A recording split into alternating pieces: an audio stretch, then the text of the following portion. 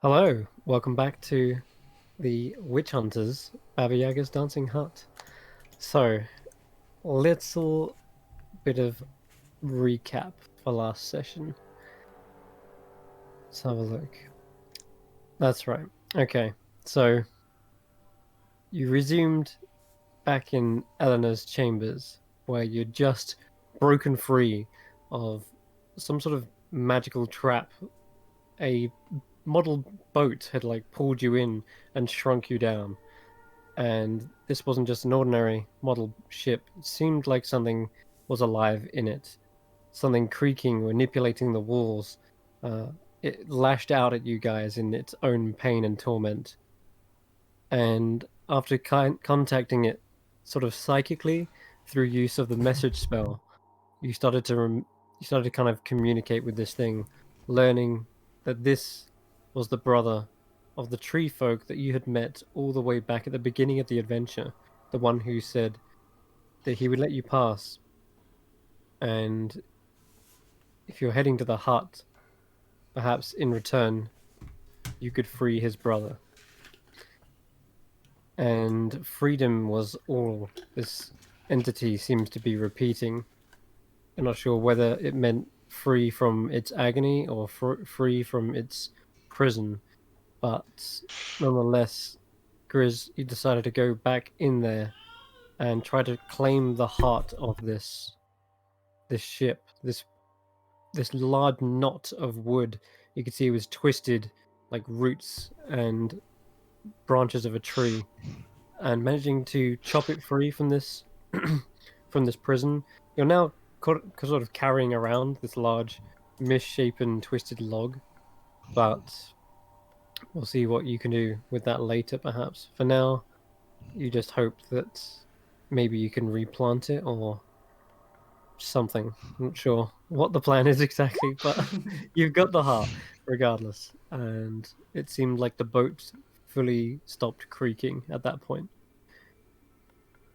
Jaden, at this point, had grown tired of your uh, nuisance and your loitering, and as Ember tried to carefully weave a spell to suggest a course of action to him, he instead pulled out his own reverse Uno card and cast Mass Suggestion.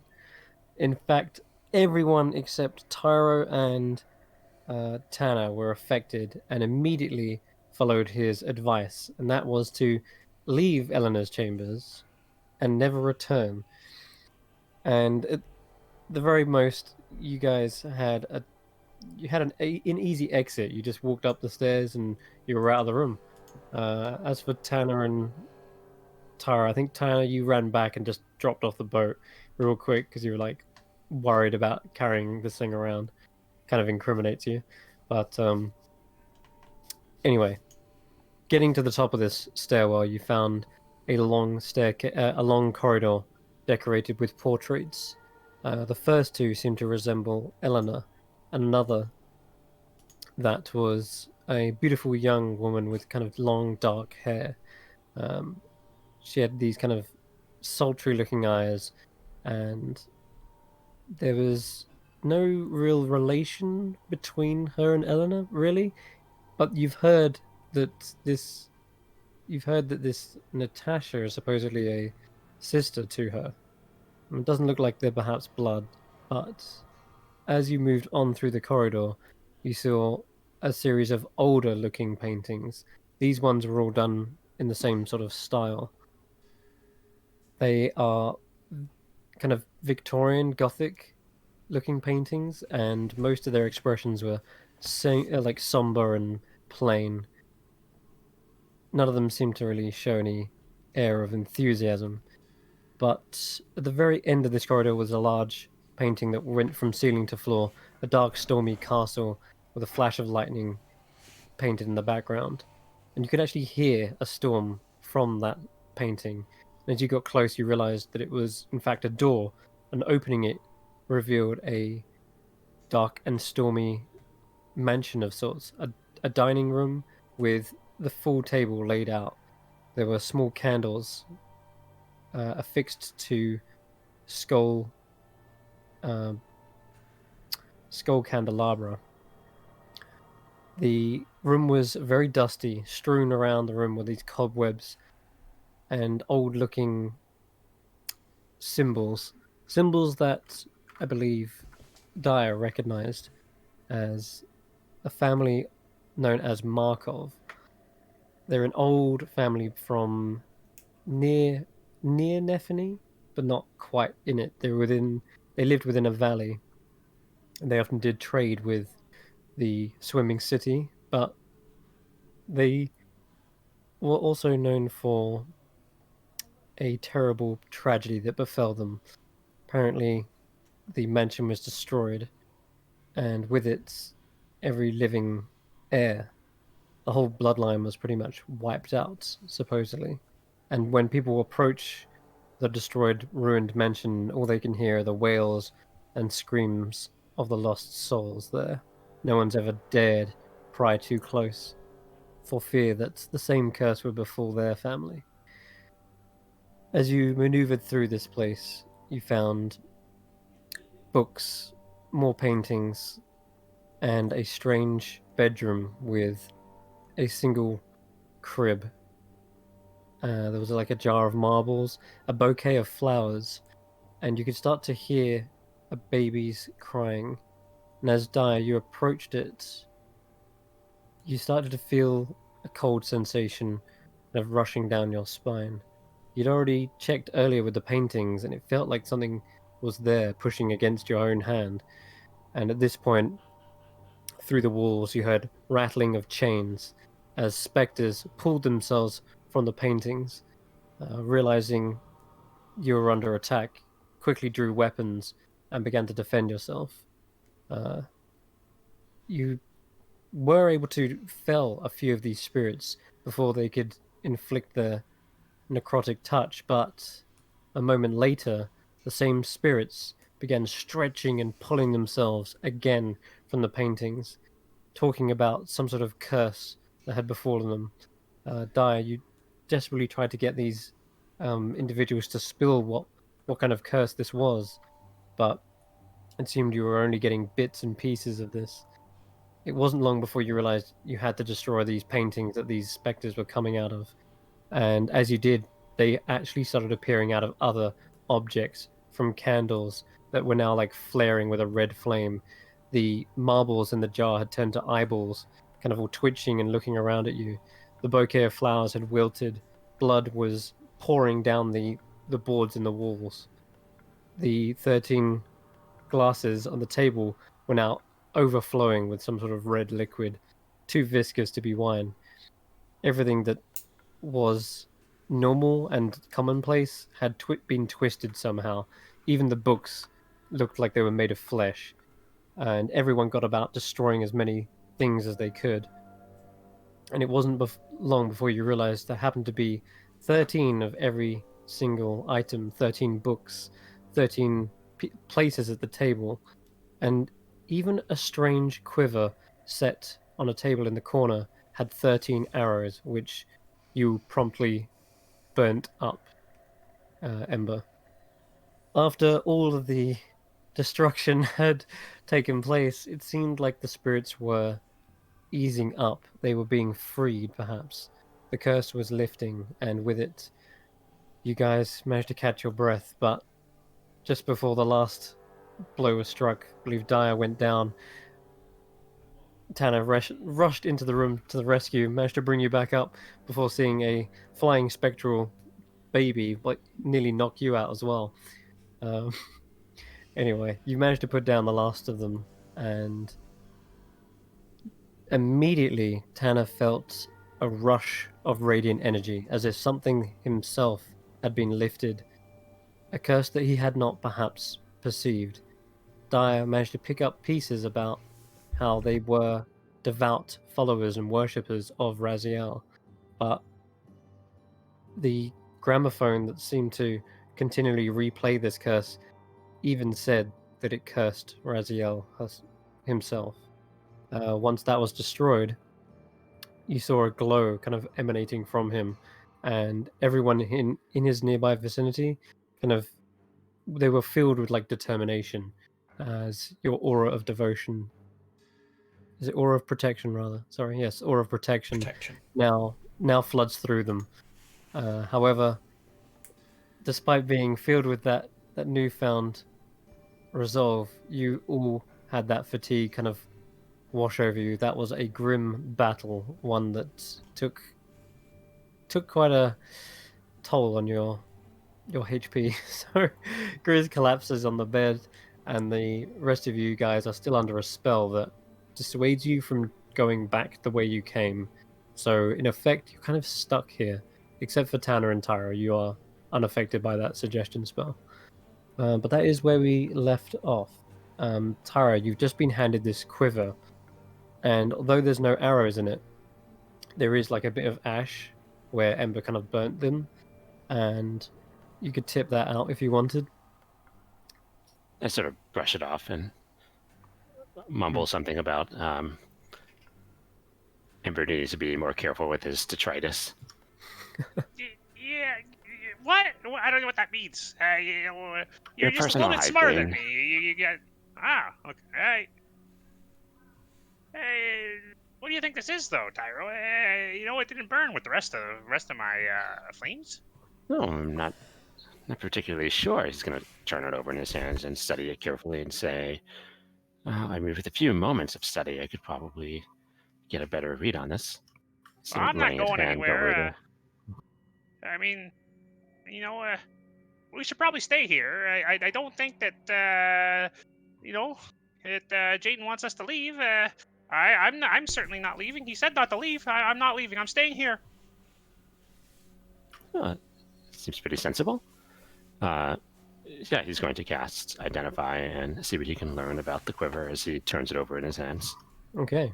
Yeah, the quiver is quite heavy feeling. It's probably made from a very sturdy oak, and the engravings on it seem to represent the same symbols you've been seeing, the mark of family crest, as well as the symbol of Raziel as well, a set of wings with kind of like a halo above it.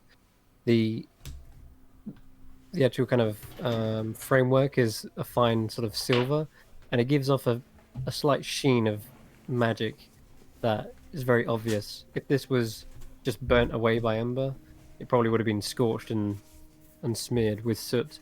But as you kind of like brush it away, you realize it's still got that same sheen and luster to it.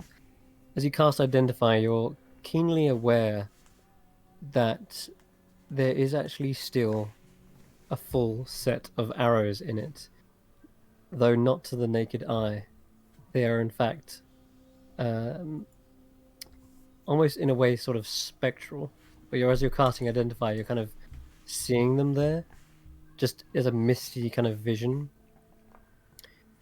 And you'll learn the properties. So, on the 13th hour of each day, if there is exactly 13 new arrows within the quiver, they then all snap in half, and the front of the arrows become spectral arrowheads when drawn. Firing one of these arrows launches a spectral ghost that can pass through any cover and deals an extra 1d... Sorry, not an extra, it deals 1d8 force damage. So instead of just piercing, it does force damage, plus your dex. And every 13th arrow drawn from the quiver deals an additional 13 force damage. And one last thing. When you fire a spectral arrow from this, and you roll a 13 on the dice, it becomes a critical hit. So it's like 13's become a natural 20. Oh, wow. And I shall reveal the Triskaideka quiver. How the hell do we not have a ranger? This is the coolest item ever. Triskaideka quiver, I love that. Man. Can I re-roll as a ranger? Can I just change it? Yeah, there is another ranger thing on there, though. A really cool item for rangers. It is definitely made for rangers. Sorry that there isn't one in the party, but maybe we can sort of find a use for it still. I don't know. But there is another thing. It's when you cast Hunter's Mark or Hex attuned to it, you can cast Fear on the target with a DC of 13 as well. Wisdom save. Or maybe we can barter with one of the hags for something interesting. That's always true. Yeah. Really cool. Yeah, Daya has the ability to fire arrows, but she also has triskaidekaphobia, so I don't think that's going to work out well. Unfortunately, it's not the best no. weapon. Yeah, I was just thinking that, but Yeah, cheers, Chris. Thank you for You're those welcome. wonderful items. That's Tripped okay. on us. If Grizz had that phobia, but he can only count to 10, doesn't really matter, was it? Something like that. Daya, Ember doesn't know this. Daya, maybe you could, 13 arrows. You could hit a guy every 13th arrow. You got that bow of yours?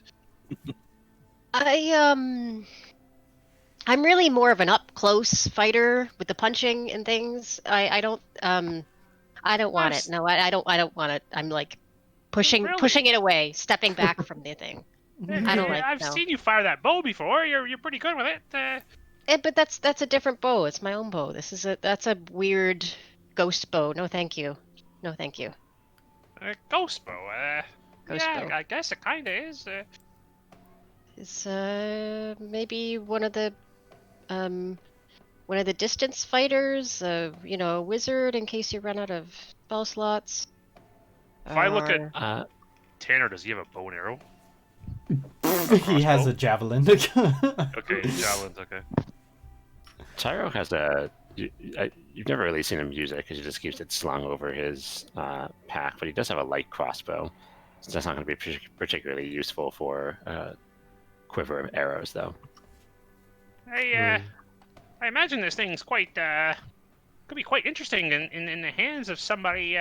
Maybe the Tinkers have something that they'd be willing to trade, or maybe even we could use it to have Vorn commission something for us. I was don't know if thinking the Vorn same really. thing. I don't know if Vorn messes with things that aren't metal or not, but it could be maybe. Maybe. I'll say as part of that identification, you could potentially try different types of ammunition within it. It's not out of the boundary of impossibility. You've seen magic items actually shaped to the user's sort of will and size. So, for example, like a headband of intellect, for example, would actually kind of like shrink down to fit the kind of wearer. I mean, if you explain that to me, then I could give something a go. Yeah, Tyro will certainly hand it over to. He's sort of looking at this like, Once it's attuned, that is. Yeah. So if we're spending some time here, are we? Yeah, we're gonna be chilling Yeah, here you for are. a long rest, aren't we? Cool. Unless you want to See, try unless you want to roll athletics checks to move Grizz. No. Tricks, kaida Tanner. Tricks, dex, kaida Tanner. That is snoring. Cool. I'm gonna. Grizz, try counting to 13 for me. See And we also got up to full health as well, because we're taking a long rest. You are at the moment, yeah, I guess. If there's anything you want to do during the long rest, you can also let me know. Otherwise, I will attune my Pearl of Power to my 2nd level slots, and I shall also attune to the quiver. okay. Alright. I would like to take some time to examine the room more closely, see if I can figure out what the story of these people was once I've done my meditation. Okay. If there's All right. anything in the books, anything on the walls, any, oh yeah, personal items. if there are books, Tyro is definitely leaping through them with Daya. There were So- until you burnt them. We burnt some. Yes, a tragedy Well, yeah, the ones befell. that are remaining. Last session I appreciate, by the way, that last session we made Tyro reluctant to burn the books. That was, I would say, very in character. That was cool. I liked it. It was a Yeah. back and forth between you and Ember. I think Ember said something. No, yeah, Ember said something like "burn the books," and Tyra was like, "That's like asking a farmer to burn his crops." And then Ember said, "The crops are diseased. You have to," something like that. Oh, that's good. Anyway, so we'll start with the quiver then. So you did, after an hour, manage to sort of work out its properties yourself, and as you're tuning to it, you see the size drastically increase, like to the point where it's probably twice the length that it was, and the width of the actual quiver is massive now. And as you're attuning to it, you can now, instead of using arrows, you could instead use javelins. Yeah, that was what I was thinking. All right. That's so cool. That's Just so go Triska, to- cool. Triska, Tanner. There you go. So, It's going to match your ammunition type. so I have a tower shield on the left, I have my flail on the right, and on my back I just have this giant quiver of javelins. Does it Yes. produce javelins, or we gotta buy you like 13 javelins? It Okay. just Sum has up. them, doesn't it? I don't know, and I think we gotta get some javelins for you. Let's- We'll have to get some more. So you place javelins within it, and then they snap. But the Oh, ones okay. that Ember burnt were arrows.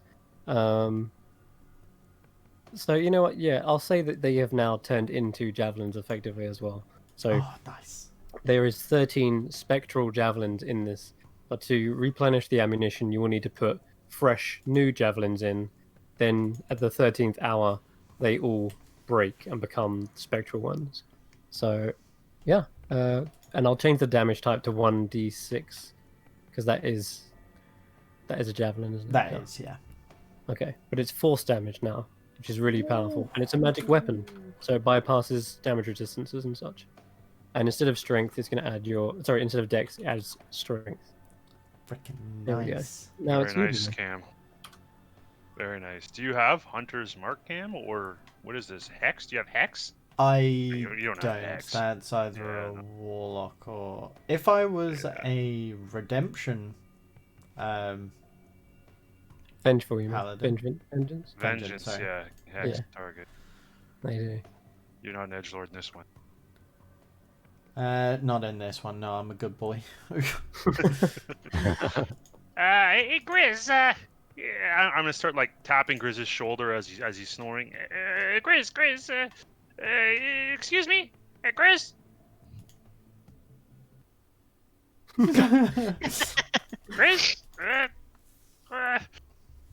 Ember, if he can't wake Grizz up, we'll kind of try to. What? Grizz? What?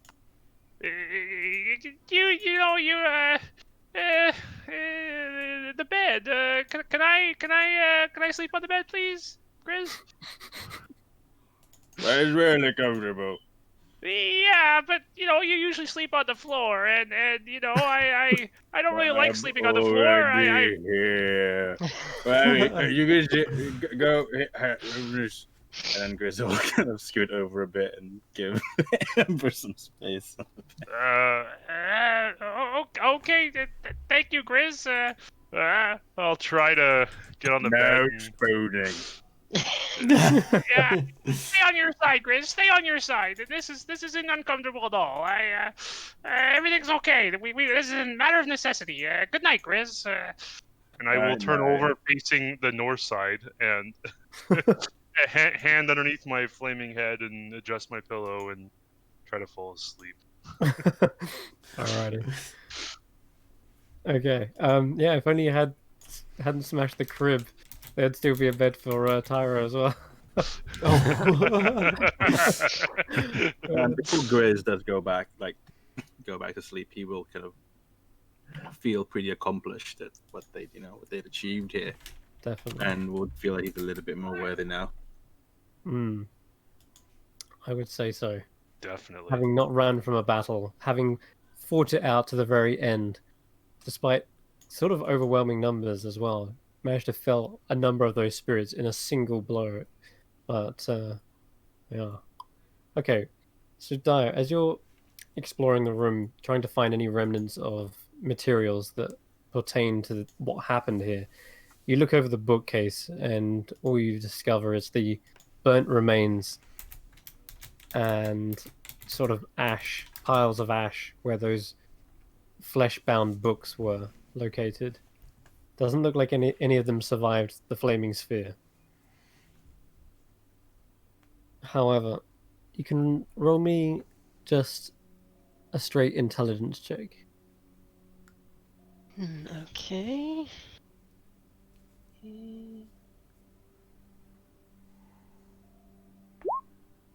Ooh. Okay. Oops, that was a save, sorry. But yeah, same deal. Okay. So, looking around, it doesn't look like you're going to be able to get much more information from what you found. Everything looks like it's been ransacked, even though the map kind of looks like clean. That's going to delete everything off of it. Instead, you've just got all these ruined paintings, shattered glass everywhere.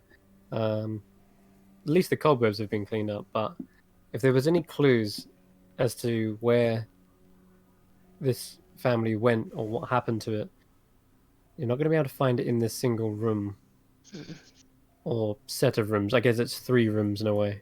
Oh yeah, I totally forgot. That's another thing about this. Actually, you might not see it. No, I'm gonna say not with that intelligence check. Don't worry. Sorry. Right. But So there is something there that I'm just not seeing. That's yeah, or not thinking of. It's not seeing. It's rather thinking of. Because you are looking, you're being quite thorough, and I'll say that you Yeah. come around back into the dining room. You check over anything on the table, any markings, any documents, and you are coming up short. It looks like everything in this place has been either destroyed or is of no use, basically. Okay.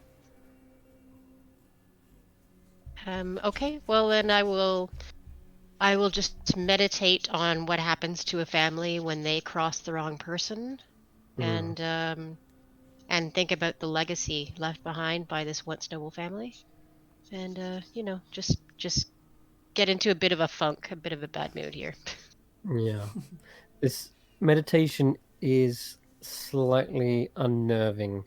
For some reason, you can't find quite the peace you usually do within this room. Perhaps because of what either took place here, but there is a creeping sensation that just this room alone, even without the ghosts, even without all the weird objects, there's something about this room, this series of rooms that still give you the creeps, even with the curse lifted.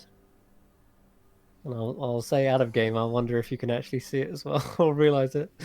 But yeah, there's that. There was the steps. I did mention Oh, the last steps. session. Yeah, the you steps did gave you a mention the clue. 13 steps. Yeah. Yeah, even with those out of sight, it's not necessarily the steps that are keeping you up at night, but rather, I don't know, something else about the room. And if you, I don't know, zoom out a little bit, that might help. But anyway, I'm not going to give any more clues. But zoom out. Yeah, just so you can see the whole room.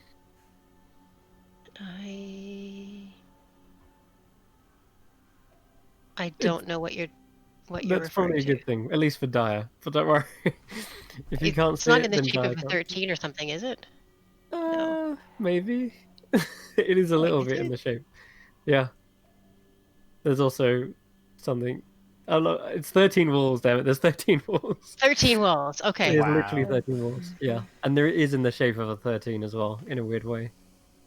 You have to kind of look into the negative space of it. But Oh, yes, I see now. So subconsciously, spiritually, I'm picking up on this, and it's yes. weirding me out. Right. Yeah. But I, as a player, we're not smart enough to look at the negative space and count the walls. No, that's too much. Oh, so and as a result, Dyer is not intelligent enough to see that either. Yeah.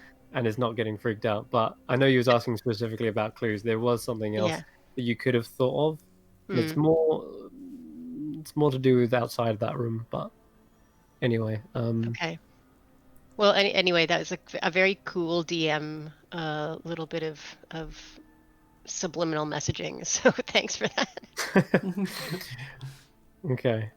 The rest of you, Tyro, you're doing anything during this long rest? Studying? I your wasn't study? looking at the books with Daya, but it seems like they're all too charred too. They are, I'm to afraid. make any sense of him. Yeah, he There sort is of one. kicks them there is- aside in frustration. Okay. There is one last item that had not been fully destroyed. During the battle, Dyer heard this repeating curse. It was on some sort of recorder or mechanical device that I think Tyra might have taken quite interest in. And though the record atop it was broken, the gramophone is still intact. Oh yeah, so he'll be very interested in that, especially if it's like sort of a tinkering There it is. mechanism, mechanical device thing. It is. A small little turning handle, a large kind of cone where the music was coming from. There is an intricacy about it that sort of rivals perhaps your own kind's mechanical genius. Gnomes are often known for tinkering. This is definitely the sort of device they would come up with. Though it looks like it's been sort of tailor-made to their style, to that kind of gothic sort of antique. But as you're looking over it, you notice there is more than just the mechanical parts and components to this. You actually realize there's some sort of enchantment over this as well. And if you want, you Yeah, could. he'll kind of study it more closely as he realizes there's something arcane going on here. Okay. You're gonna ritually cast Identify again, I would assume. Sure. Yeah. That first time though, he was spending an actual spell slot since we were going to bed. Okay. Yeah. So Okay. if we're about to, if this is happening before we take our rest, then he's Yeah. going to just spend the spell slots. So we don't have to wait. Yeah, this is whilst Grizz and Ember is snoring, Dyer is trying to get some meditation, and you're sort of sitting in the corner looking over this thing, and you realize this was used to channel the strange, grim curses that's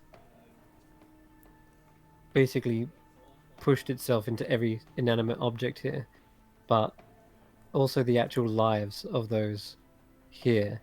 There seems to be some sort of aura of necromancy about it.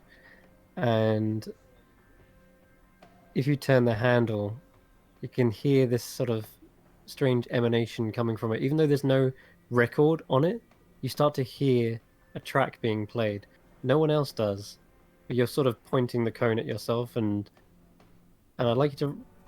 You're just casting Identify, but I'd like you to roll a Wisdom save anyway, just because you're identifying it. Okay, you're okay. You do resist. What's your DC? It's My DC or yeah, your spell save DC my spell save DC is is 60. 60. Okay, yeah, so you passed. So as you're tinkering with this, it's almost as if there were a track on there, like a vinyl, but maybe more like a spectral one. And as it's playing, it seems to be saying some sort of. It actually sounds more like a dolorous bell. It sounds like a spell that you might recognize. Oh, It sounds like tolling the dead. I see. Grim indeed. And as you finish the identification, you realize this is sort of empowering said spell. If the user already knows it, it would definitely empower it. If they don't know it, then they would learn it. This is an attunement item that grants the user the cantrip Toll the Dead. If you already know Toll the Dead, it's considered to be cast at one spell slot higher, i.e., one level increment higher. Does that make sense? One. So, Okay. It doesn't get any cantrips benefit scale. from being cast at a higher level, does it?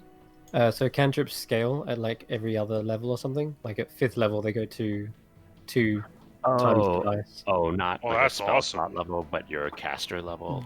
Yes, it's like one I see what you're saying, milestone. gotcha. Yeah, one milestone higher. Nice. So Oh wow. Okay.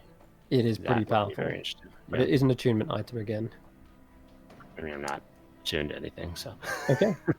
If you wanted to, do you have Toll the Dead? I do have Toll the Dead. Yes. Then that is a perfect item for Tyro. There's definitely some sort of empowering necromancy about it. And if you cast your own Toll the Dead into this, you're in fact playing them a louder toll, a louder bell, Is this like which only they can hear. which thing exactly is it that's got the enchantment? Like the record, the gramophone, the whole apparatus? Like what's the actual?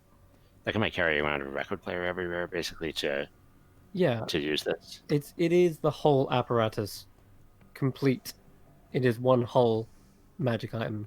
You could Okay. place records, you could place vinyls on it and use it as a normal gramophone, but it feels like there's some sort of spectral, like, vinyl there as well. That might perhaps be the focus of the magic, but you do need the effort. You need the whole apparatus to make it work.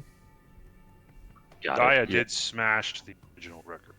I did smash but that was Yeah. the one with the Baba Yaga curse. So That's correct. if you put on another record, it probably won't have the same thing. But you'll just So- have to carry it around like a boombox in the Yeah. 80s, like just on your shoulder with one Tyro's- hand. Tyro's Disco Inferno. Yeah, Friday night. Right, I'm swaggering down the street, main lobby. blasting. I'm just imagining like Missy Elliott style openings to videos where you just like yell the names of all the people you're like Nice. producing the record with. Awesome. Diane! Amazing. Cool. Yeah, I'm certainly going to be interested in it. I kind of like awkwardly. I imagine it seems pretty delicate, so I'm going to try to like maybe wrap it up in my bedroll or something as I stow it away Okay. to make sure it doesn't get. I think he probably understands that magical items are a little more hardy than average, but They are. When you found it, you saw Dyer had like knocked it to the floor and like stamped on the record, and it seemed to survive a tumble from the table. yeah, he's going to sort of contemplate like the circumstances under which he would be able to like get this somewhat unwieldy thing out in time for a combat situation. But he's going to stow it for the time Okay. being, and if everyone's asleep, he won't like wake them up to tell them Yeah. this. But he'll certainly be excited about this newfound discovery. Awesome. All right. If you're tuning to it, you can change your damage type on your Toll the Dead as well. So it does 2d12. No, it does 3d12 now. Do I have to be holding it to use the effect? It's no, you don't necessarily have to be like using Oh, okay, it. got it. But it's like you're casting the spell onto it. Got So it. as long as Okay. you can see it, as long as it's on your person, and you're casting Toll the Dead into it, it then redirects that to that creature. Okay, I got you. Yeah.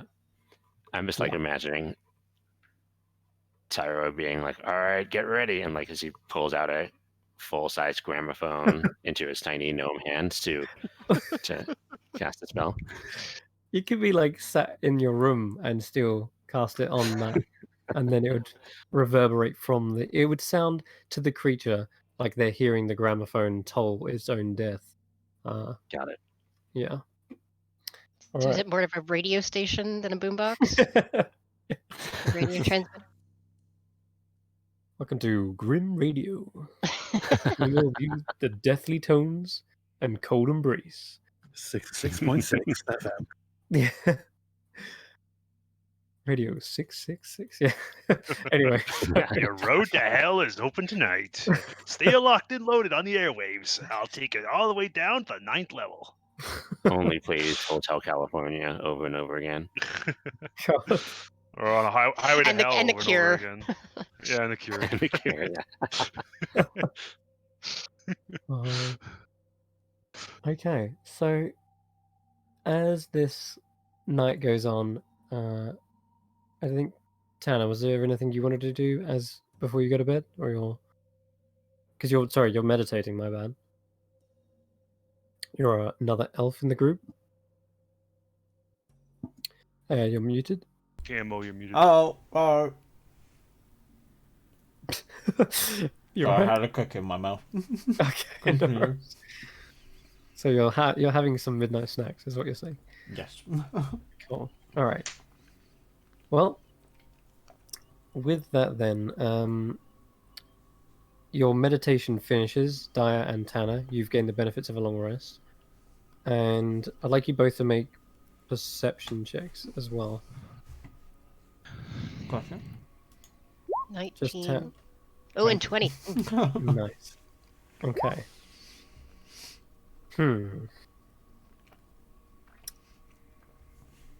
It's been a long time since you've heard no footsteps creaking along the floorboards, Daya. Because when you were usually on watch, you could hear people in the hut going to and fro. This time, this kind of deathly silence fills the air. That's a little bit unnerving in itself. The occasional rattling of dead branches against the building, kind of rustling in the wind, but for the most part, this house is completely abandoned. Or this room, rather. But the only thing that kind of catches you is the chill in the air from that smashed window, which is it's letting in a chill breeze, but other than that, you guys don't hear anything, which Huh. is a first. At Insight some check. point, at some point during the night, I want to go up to the wall and just sort of lay my hand against it and see if I can feel like the house shaking or if I can feel any vibrations in the wall, because like I'm not sure if we're in the hut itself or not, and if it's just a silence spell or if we are actually in somewhere else. If that makes sense.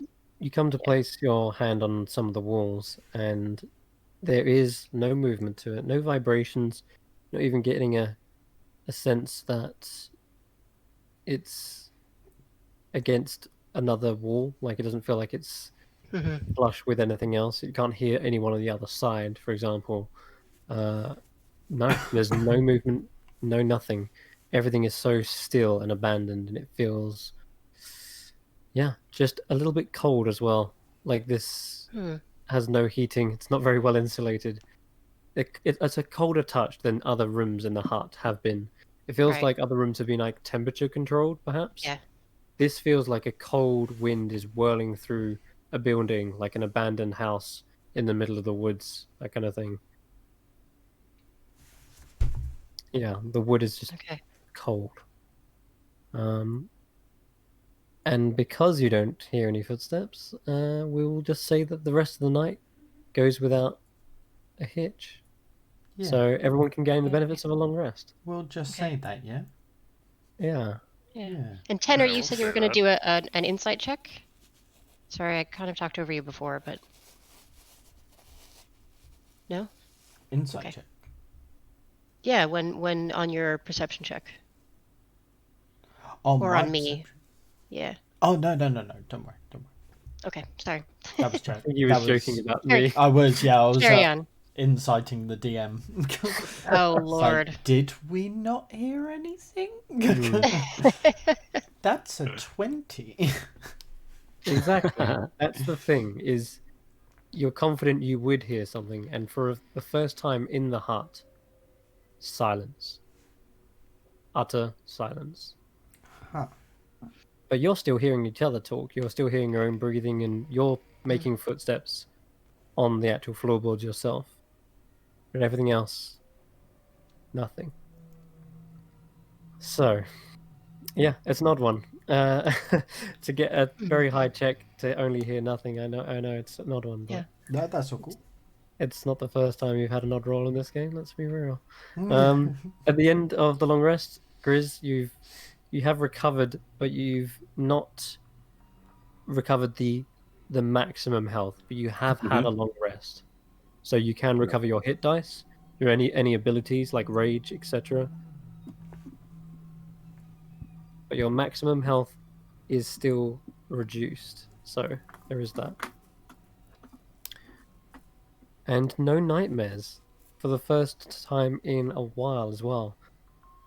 In fact, you kind of have a peaceful sleep, a calm is kind of over you. Amazing. A sense of fulfillment, perhaps. But that is where we can jump back into the morning. You guys are no longer under the effects of Jaden's suggestion spell either. So you don't have any qualms about going back in there if you so wished.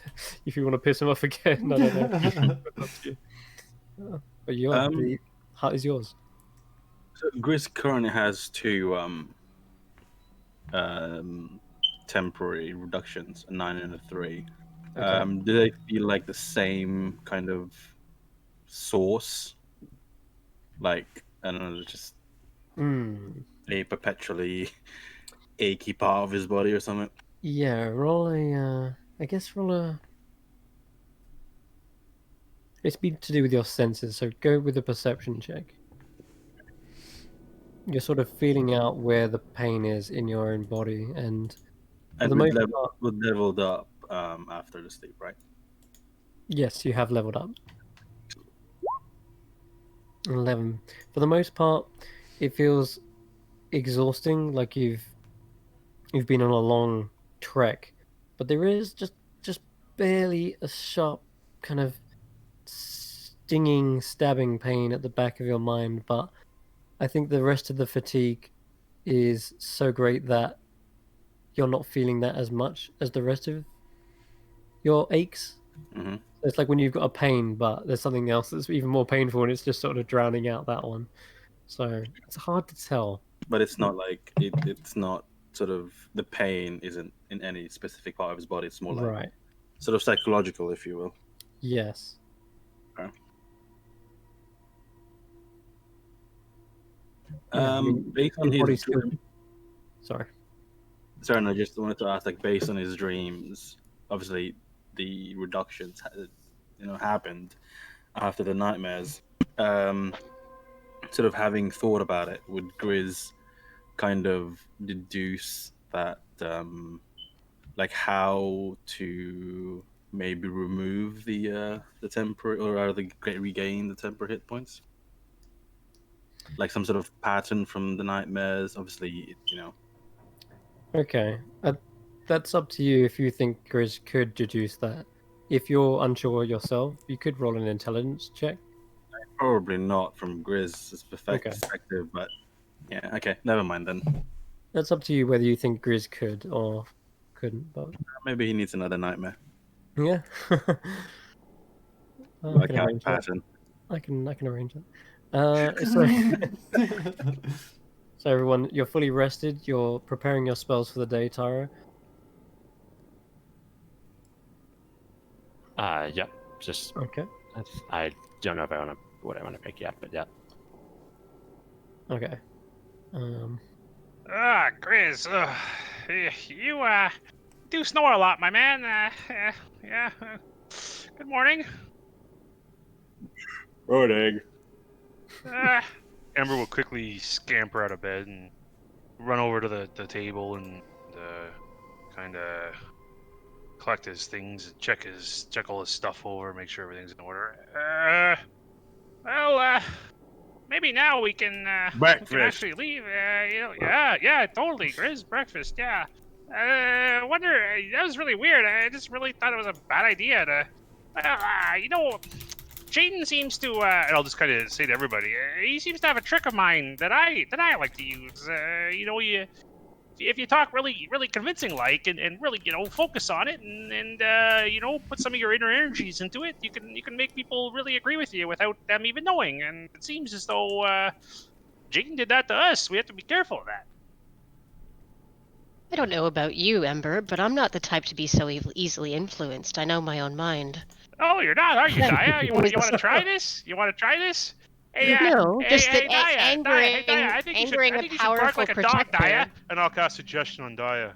Oh my god. Suggest to her that she should bark like a dog. Just got your spell slots back. I guess roll a wisdom I don't save. care. I will go Wisdom to. save? And just to let you know, you get a +2 to that saving throw as well. Oh, Oh, nice. come on. No, So that's come on. 17.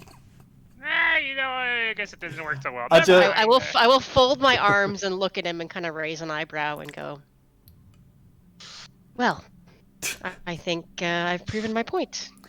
Yeah, I guess so. Yeah, sure, Daya. Tanner will Sure look thing. up from the wall and just be like, That was a bit mean, Ember, don't you think? People don't listen to me enough around here. I got important things to say, and no one takes me seriously. It's really frustrating. You could just say please. Amber. I shouldn't have to ask, Tanner. I've done enough in my life to be warrant respect without being questioned. It's very important that I'm not questioned. Of course, however, we are all equals among us. As you've seen, I have no power here. What? What are you talking about? You have tons of power.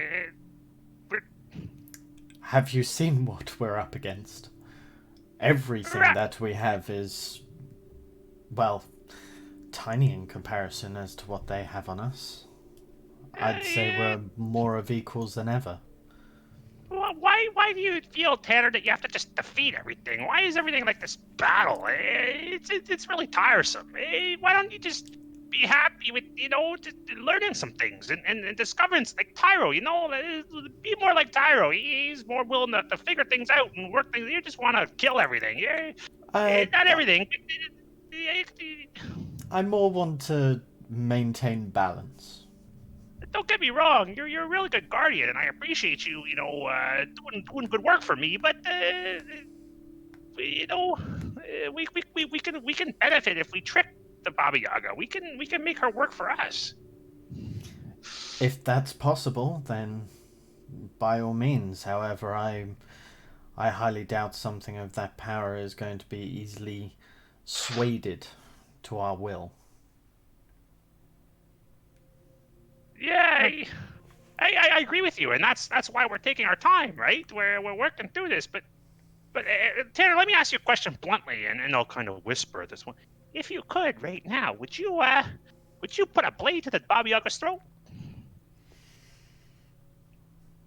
He kind of ponders for a minute.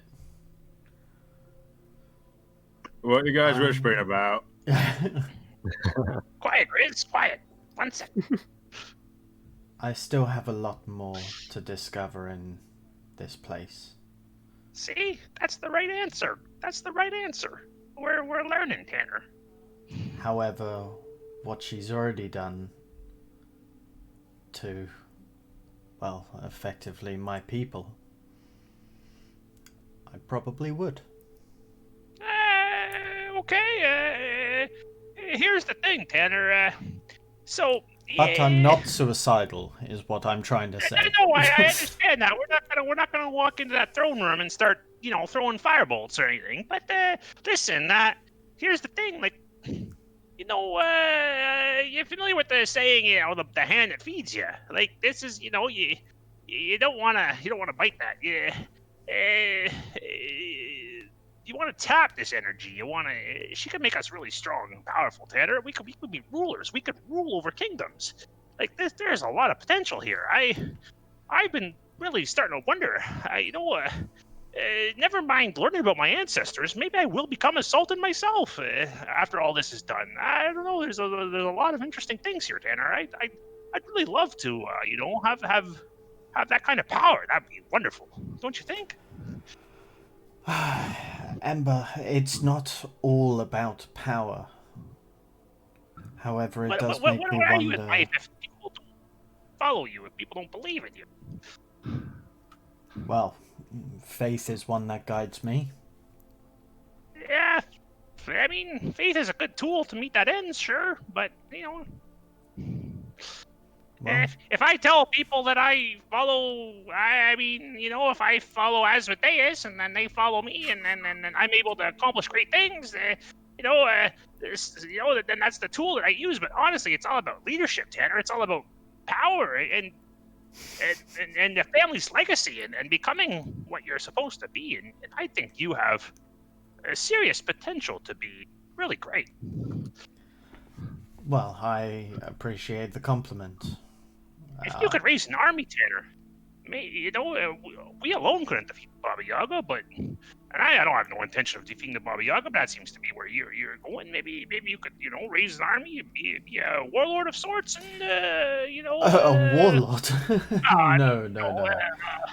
But It's part of my choice of meaningless adjectives to describe one who leads soldiers into war, but is something of that nature. A general. How's that, Tanner? You want to be a general? You can be a general. It's all just words, Tanner. It's all the same shit. I don't really see myself as a soldier. Well, you're gonna defeat the Baba Yaga all by yourself. Uh, uh, Just things to think about, Tanner. Things to think about. of course. Amber will kind of just give him a good, respectful look. Well, how we all doing? Everyone feeling rested? Chris, you don't look any worse for wear. You're looking pretty good there. Yeah, like no bad dreams this time. That's Actually, great. That's really nice sleep, but I don't know. I don't still feel like I'm, fully recovered. I don't know. we need you in tip-top shape, Chris. You're our battle axe. You're our source of muscle. Can't have you lagging behind.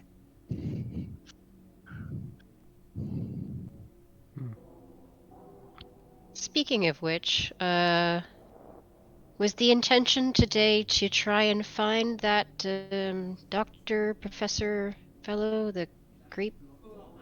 What's his name? Dr. Gerolf, Mr. Gerolf. Gerolf. Gerolf, yes, the mysterious mad scientist. Yeah. That was still the plan, correct? I mean, that's what we were. I would like to continue on that avenue. Yeah, but yeah, There's it would be always good to time get for a stop in the library. sure. I find Daruka quite the interesting fellow. Sure, yeah, lots to learn from Daruka, right, Tanner? Yes. He's very willing to answer questions, which is rare around here. Can appreciate that in a man. Ruka, Definitely. I would find the professor. He did tell us. Didn't he tell us that it was near near the was it? vaults or something? Which was south of the menagerie. South of the menagerie, which is near the entrance of the hut. Which is yes. I mean, we We could always were on find the way. Snurg or Lady Mora and ask for directions. We could find Lady Mora because she's got. I bet she'd be pretty surprised if we just walked in there and say, hello, Miss Markov. Perhaps. Not the most diplomatic way. It'd be pretty funny. We need to be very circumspect with these kind of things. And then Yes, Grizzle Chris, Grizzle what look a word. You invest too into intellect. kind of look towards Tyro and with approval.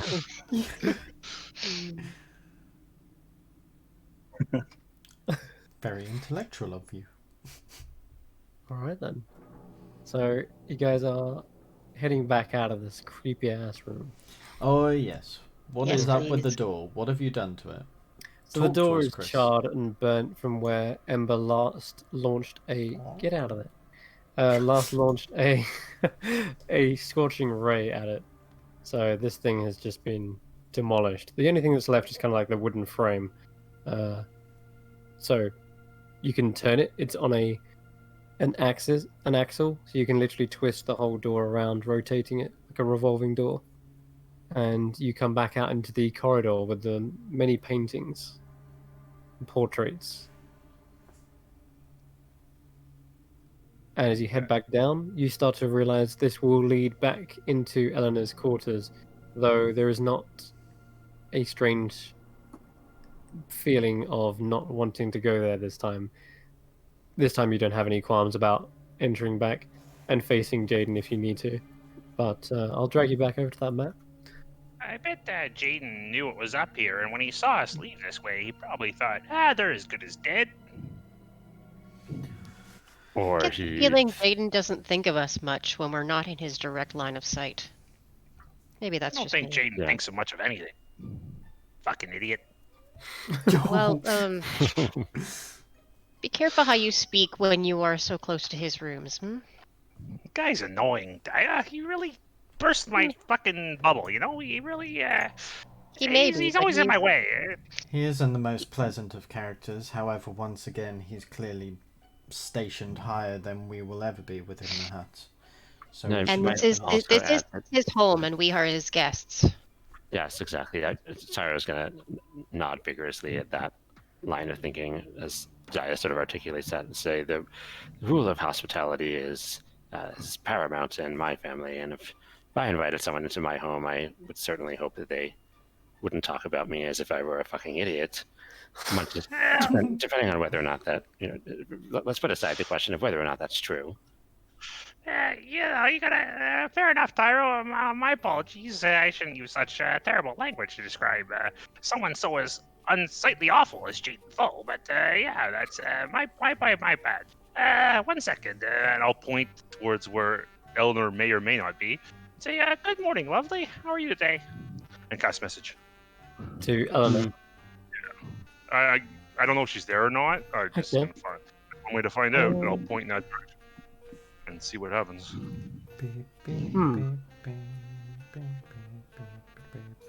Yes, there is a response, and it says, "Oh, good morning. Who is this? Is this Ember again?" Yeah, of course. Of course, it's me. Yeah, your friend Ember. You're your best friend in the hut. Everything going well today, I hope. It is. Yes, I've got a very busy day ahead of me, but I'm eager to learn. So, I'll point one more time. Yeah, okay, well, you go be a good student and treat your teacher with the most respect you can. oh, I will. Lady Mora is an excellent That's what I teacher. was looking for. Okay, yep, very well. Okay. Yeah. All right. Yeah. Okay. Nice. So, with that, then, you guys head down the spiral staircase. Ahead of you, there is a door that you have yet to go through, but that's fine. Just to the left, because you hadn't actually seen this, you hadn't even kind of like glanced in the direction because you was on a it was on a compulsive sort of direction. But this room seems to have 4 strange pillars. They look like castle towers, and one of them looks kind of crumbled. It looks like brickwork lying on the floor, but you can't tell whether that's something that's deliberately destroyed or that's like an art style to it. But nonetheless, that also has a chamber beyond it, and you can see a small dining room. There is breakfast laid out on the table. There seems to be a cask of ale behind it on another sort of shelf. Looks like quite the morning feast, well as well. There's Oh, like so this door is the one we just came out of, the one on the east wall. you just came down this staircase. Oh, just went downstairs. Okay, got it. Yeah. Got it.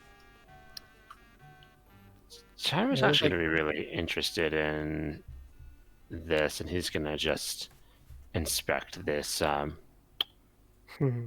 this sort of separate. I think what he's going to be looking at is does it look like there's any pattern or structure to these? Does it look like this one has collapsed recently? You can roll an that sort of thing. investigation check.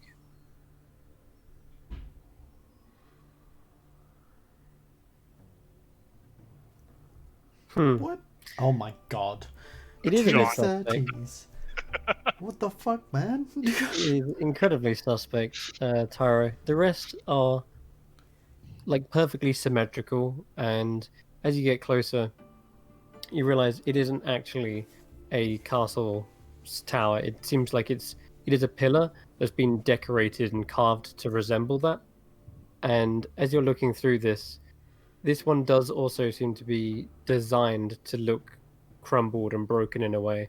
The rocks on the floor haven't left like dust everywhere. They've been placed on the ground specifically in specific places. And as you're looking, just because you're at the perfect head height, Taro, you actually see that there seems to be Finally, an advantage on my height. yeah, exactly. There seems to be some sort of lever hiding underneath one of the bricks inside the tower itself. someone who was looking over and looking in would just see a pile of rocks, but they're actually lent against something of a lever, maybe a switch or something. It's clearly defined from the other stonework, because this seems to be like metallic. Oh wow, I think that's going to be really hard for Tyro to just pulling. Let me just see what the dice say he would try to do.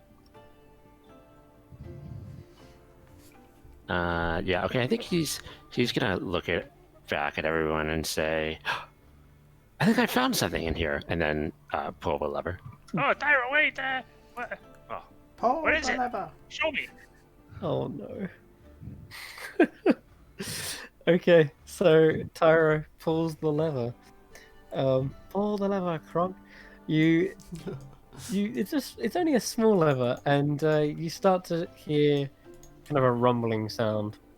It's only low, but it's enough that it catches your attention. As you turn around, you can see the wall is actually a panel that seems to be sliding around in a circular fashion, and it reveals a bedroom area. And immediately, just before your head's like fully turned around, you suddenly hear a scream, a feminine scream, high pitched. It sounds embarrassed. It sounds like Oh panic. no! Oh no! Run! Oh, Uh, shit!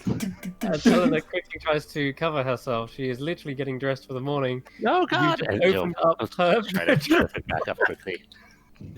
You just close it back. Sorry. You'll scamper out. You scamper out. You catch just a sort of side eye of what that was. Eleanor was clearly suddenly covering themselves. They were just changing out of their nightie into their wizardry gowns, I guess. That was definitely a bedroom. You could see like pillows laid out. There was a chest, a writing desk. But before you could see everything else, you quickly scamper away. As this shrill scream echoes around, you suddenly hear Jaden shouting, "Eleanor, what's the problem?" Oh, fuck. This guy again. Get out! Get him, Through get this door! him, get him, Through get this him, door! Through this Okay, door! okay, okay. I'm coming. Go! Go! I'll quickly run out the Tara's door with pointing the Tanner, other direction, being like, "Oh, I'm very sorry. Goodbye." and I will also do the same thing. I'll point back. It wasn't me, it was the gnome. Message.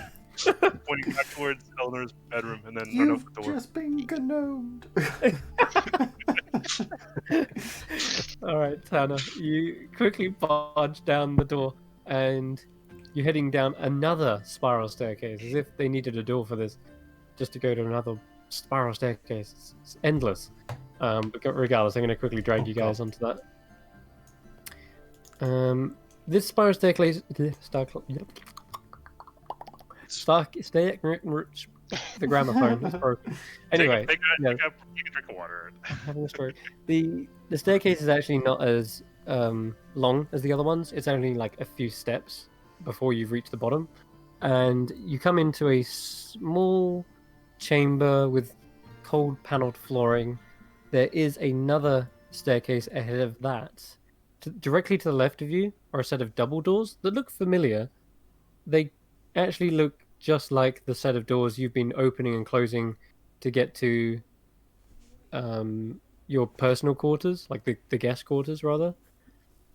They have that same design to them. And in front of you is the stone staircase that looks to seem to lead down to like a hatch or like a cellar door. And there is a small brazier lighting the way there. But lastly, there seems to be a great expanse directly to the right of you, a chamber that you can hear your voice echoing off of. And there seems to be a walkway that goes all the way around. So you're over here, guys. Just gonna leave you there. Okay.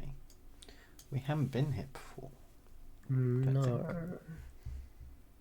At this point, we had directions to follow, and I kind of feel like we didn't follow them. Where the hell are we, Tanner? Your guess is as good as mine. What's this? Hello. Your voice does echo quite considerably. Tanner. So, yes, yes. well, I'm sorry. We came up here because we went to the east in the previous room. That's right. I know it's a little confusing. The stairs they're right in front of the door. So you open the door. It's a set of stairs leads down Oh, into this okay. I room. gotcha. Yeah. Okay, I see now. And so we haven't. What's this sort of corridor off to the side? This corridor leads down to like a cellar door. You can see cobblestone. A small brazier. A small torch is on the wall. Looks like a cellar door. But other than that, not much really gives away what it is or where it leads. Tyro's gonna say, last time we were sort of in this area, I believe we talked about being a little bit more thorough and just peeking our heads in things, and he'll he's not gonna go through it, but he just wants to open the cellar door to see what it seems like is on the other side. Okay, sure. This then leads to. Go 1 second.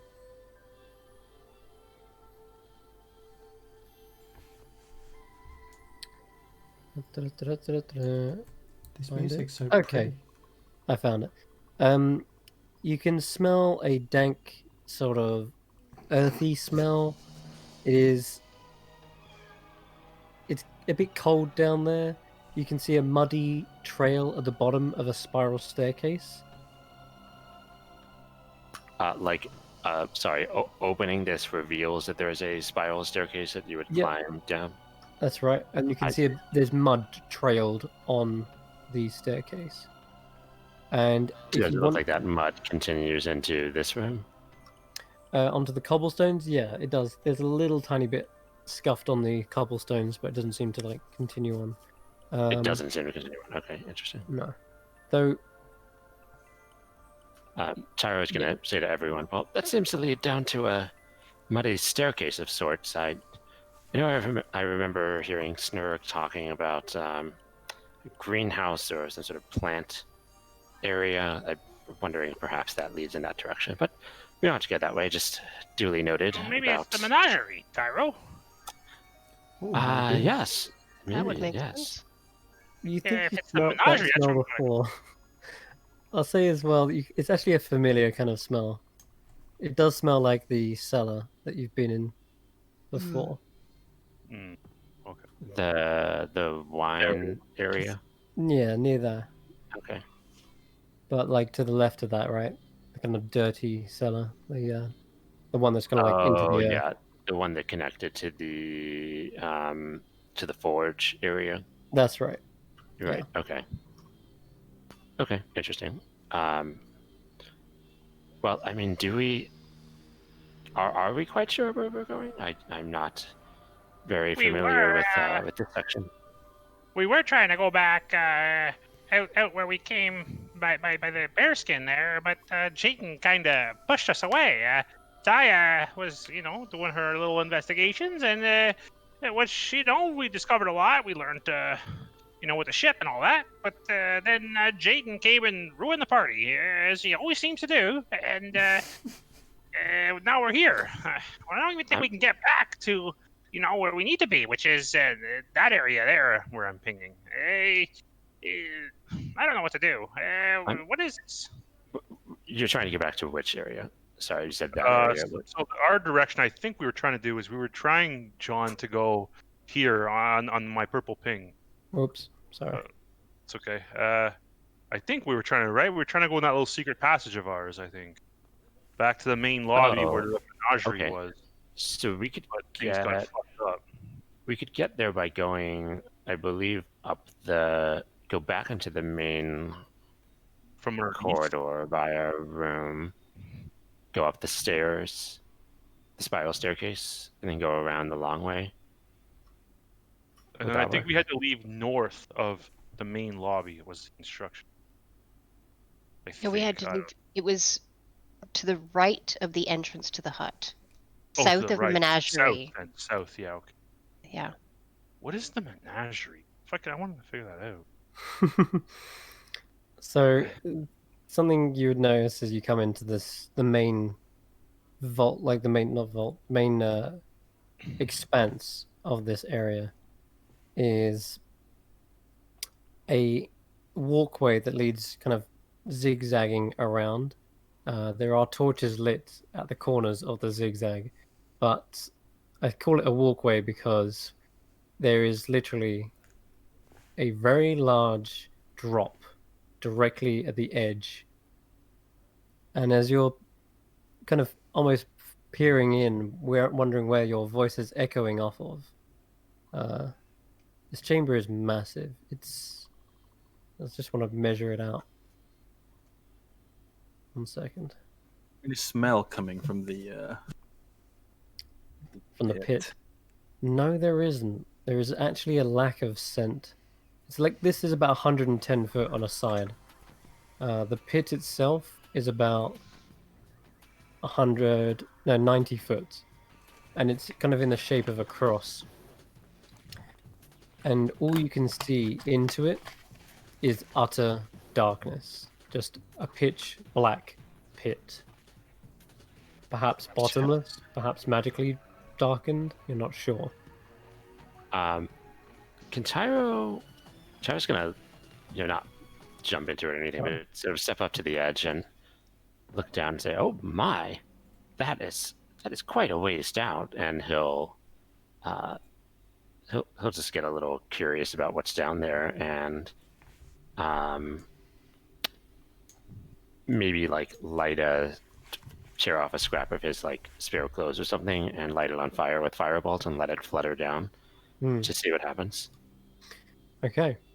Your shred of clothing burns up, and as that small trail falls, you see that it lights up the walls here, here, and here of the pit, but then it stops illuminating about 10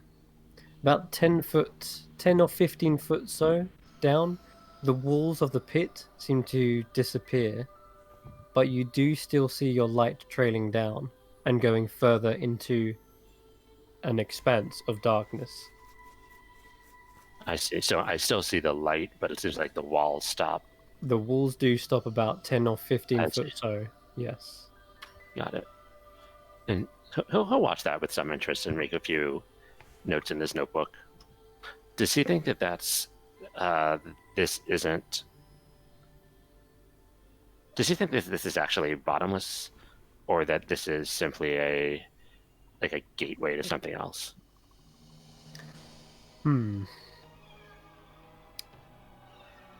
can roll me an intelligence check, or actually an arcana check, I guess, because you're trying to figure out, particularly perhaps if it's a portal or a gateway, you say. 10, uncharacteristically low for Tyro. So the strangest thing is, if it was a portal, the fire, the little shred of light, would disappear beyond something like a veil, and it would just pass through it, and then you'd no longer see it. This instead kept going and going until a vanishing point was reached. Yeah, he'll turn around and say to everyone, "This, I'm certainly going to have a talk with the architect about leaving giant holes in the middle of major thoroughfares. This doesn't seem safe at all." Well, I don't know how the people of this hut conduct their business when they could be killed at any moment by a stray untied shoelace.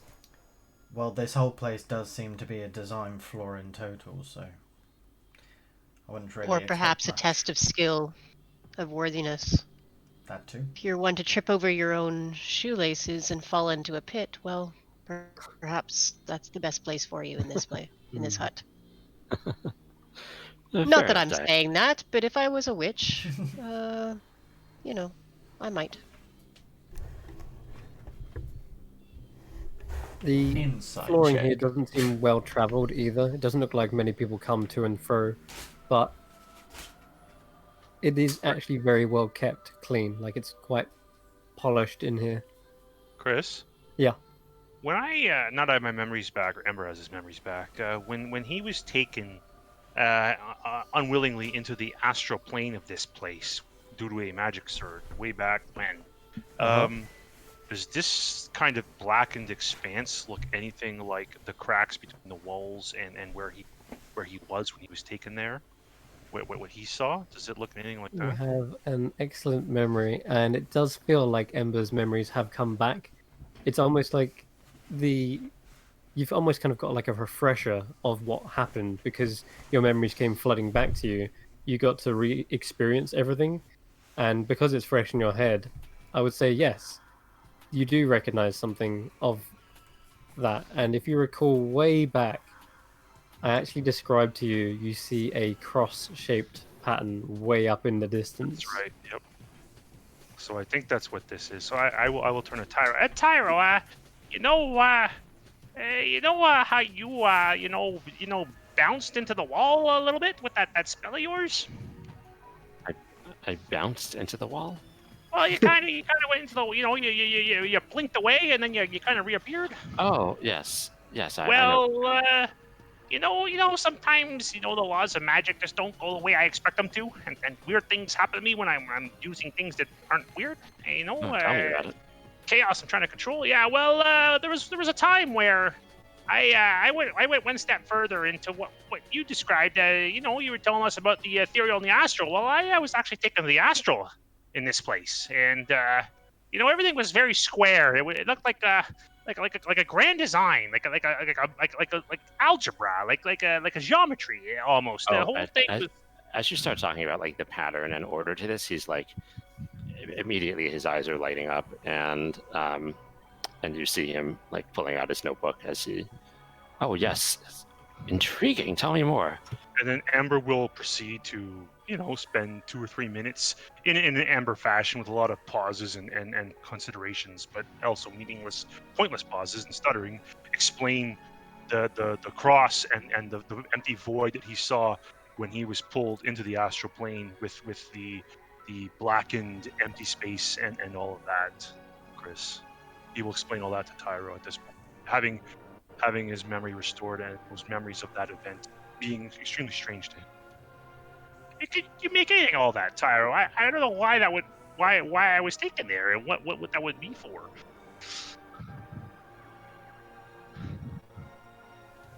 Oh, intriguing. Yes. I can see that there is a certain regularity to these things. I wonder if this will prove useful in my continued analysis of this. That time. So Yeah. whilst this intellectual conversation is taking place, Yeah. Chris has wandered off, and he's found a door. Okay, Chris, we're coming. Sorry, Tyro. As discussed prior, we'll talk later. We'll learn together. You're Absolutely, yes. we gotta catch Chris. Shit, Chris. Tanner, you go first. Get after Chris. Of course. Did you just knock on the door, Chris? Anyone in? You promptly hear a reply, and Chris, it's not maybe who you was expecting, but it is a delightful response and a familiar sound. Oh, yes, the door's open. You can come in. Oh, Snag. Can we come in? Are you decent? Yeah, I'm fine. Well, I don't really wear much, but yes. No. Come on in. Oh, is this where you live? Sort of, yeah. But not on the bed, that's not mine. This is my corner over here.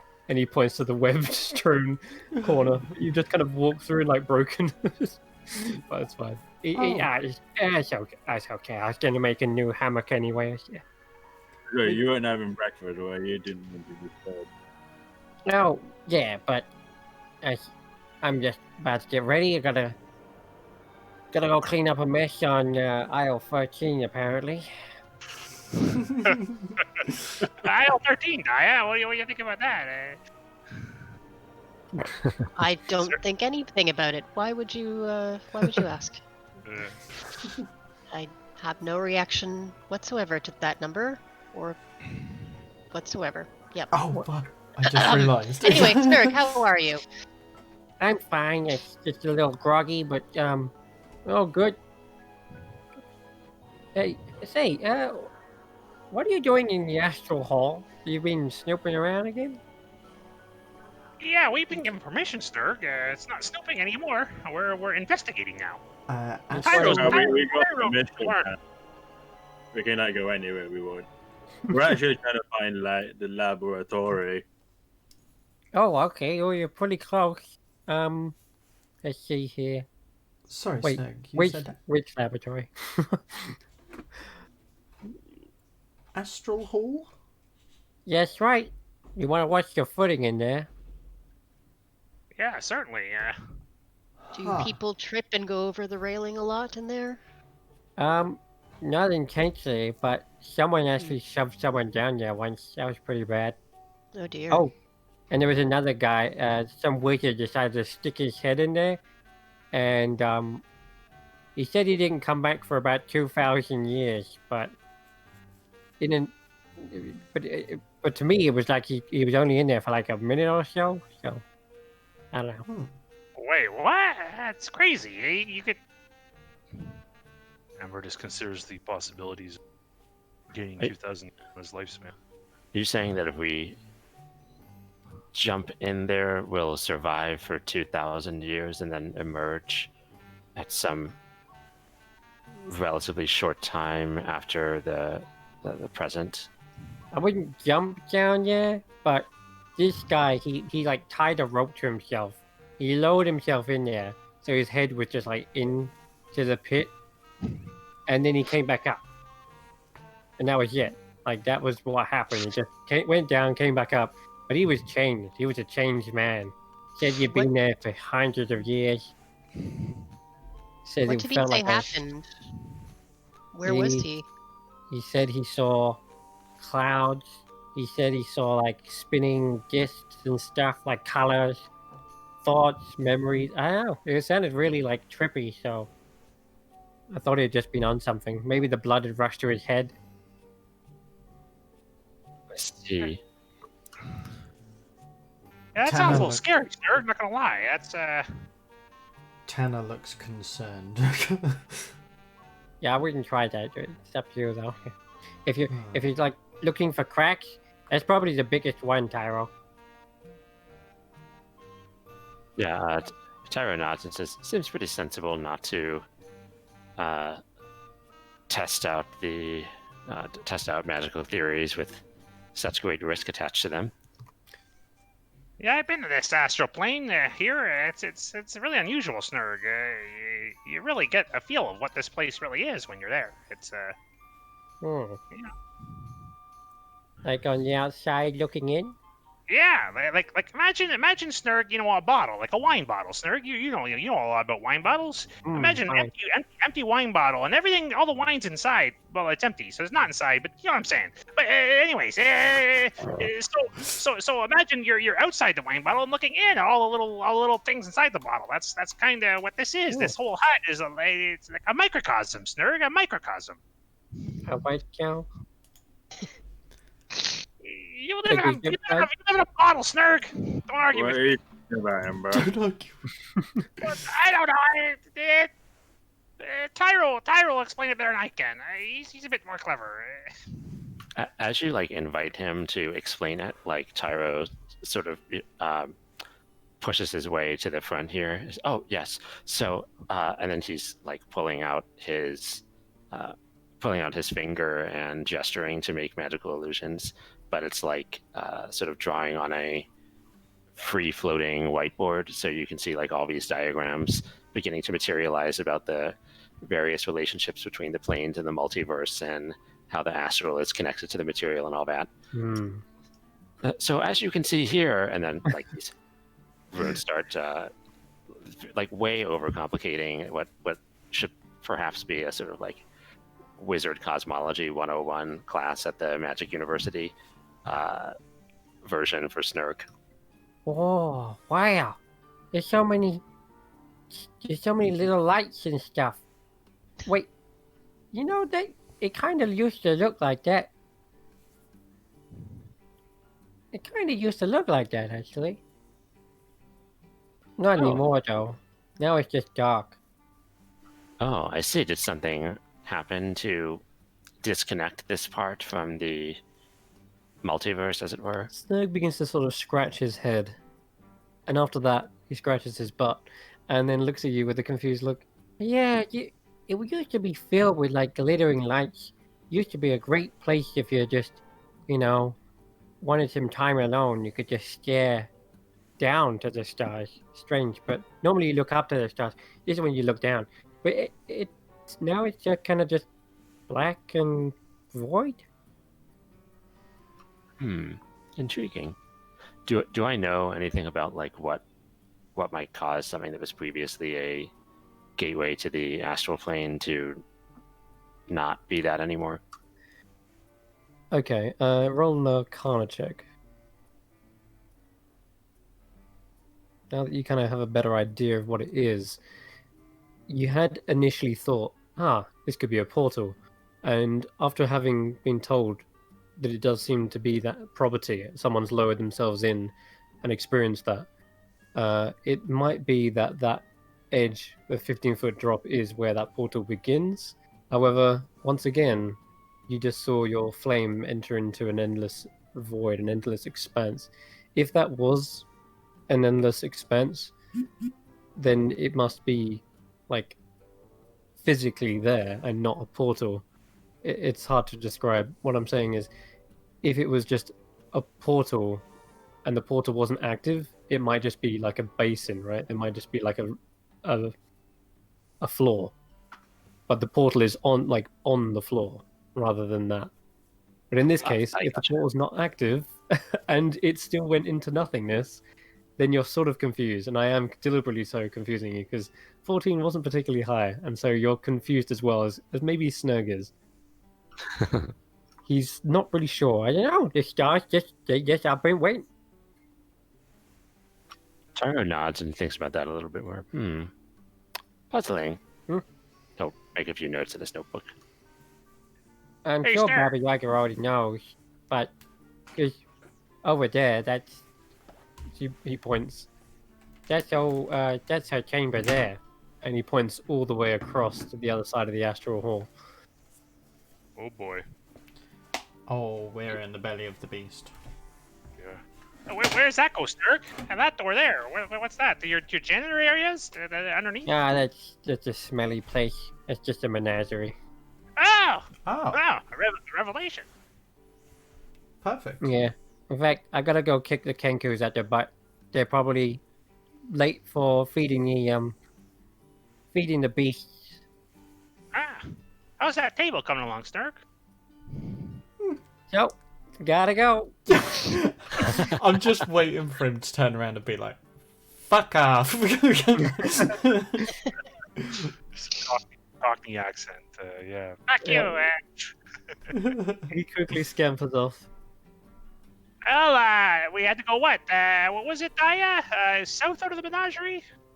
then realizes he's South done of the the wrong way. menagerie is what I was told, or as far as I remember. He then realizes he's gone the wrong way, and he actually climbs across the roof, but like past you, like, excuse me, sorry. Sure, do you want me to clean these webs up? I can do it real quick. Do what now? The webs, I can clean them up for you. No, that's my hat. Never mind. Aw. Just kidding, Snark. Have a good day. Thank you. Bye. Guys, the Right. menagerie, this way. That's finally, we've making progress here. Tyro, I think you're right. We need to really just, kick down some doors. That's what I keep saying about the lack of signage in this place. Chris, It's happened. you realize a familiar sight. This is the training room. Sure. Here's the gym, guys. It's the Yeah. Okay. What about how Connor's doing today? the blood splatters have since been mopped up. It seems. So I'm gonna remove those now. They've all been cleaned up. The gym is looking much more spick and span.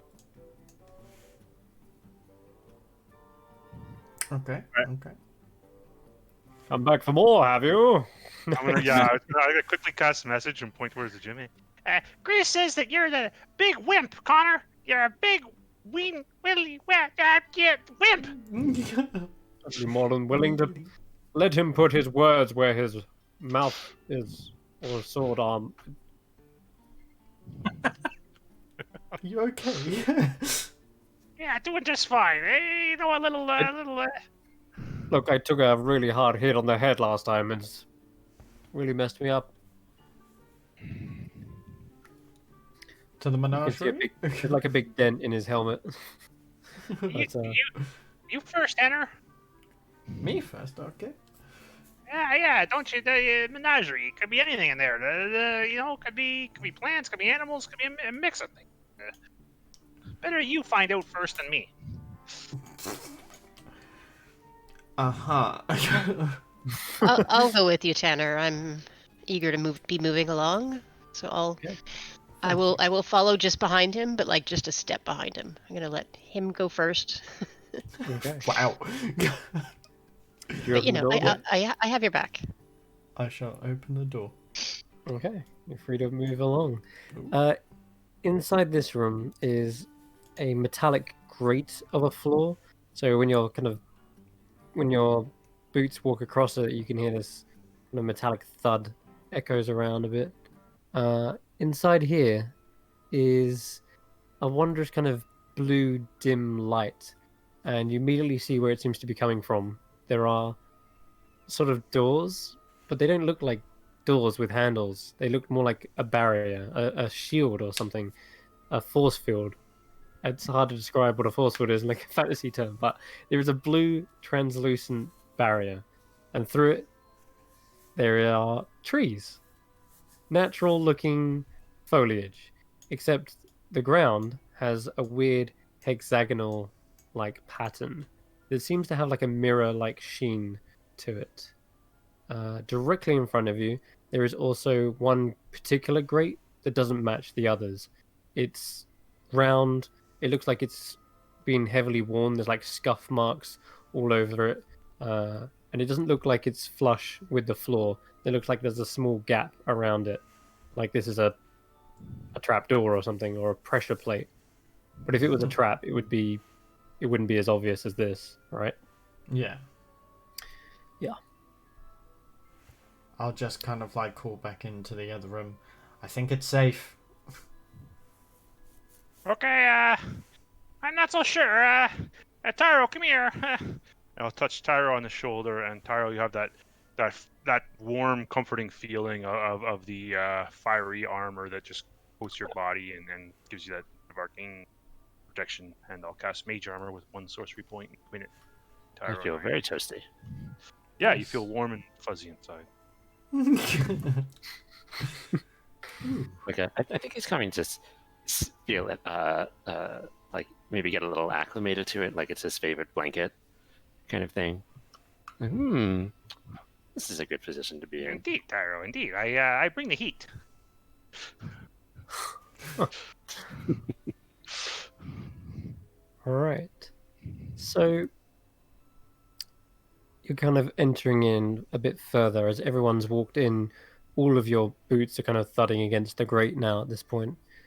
And you're seeing more and more of these chambers with these blue translucent barriers over them.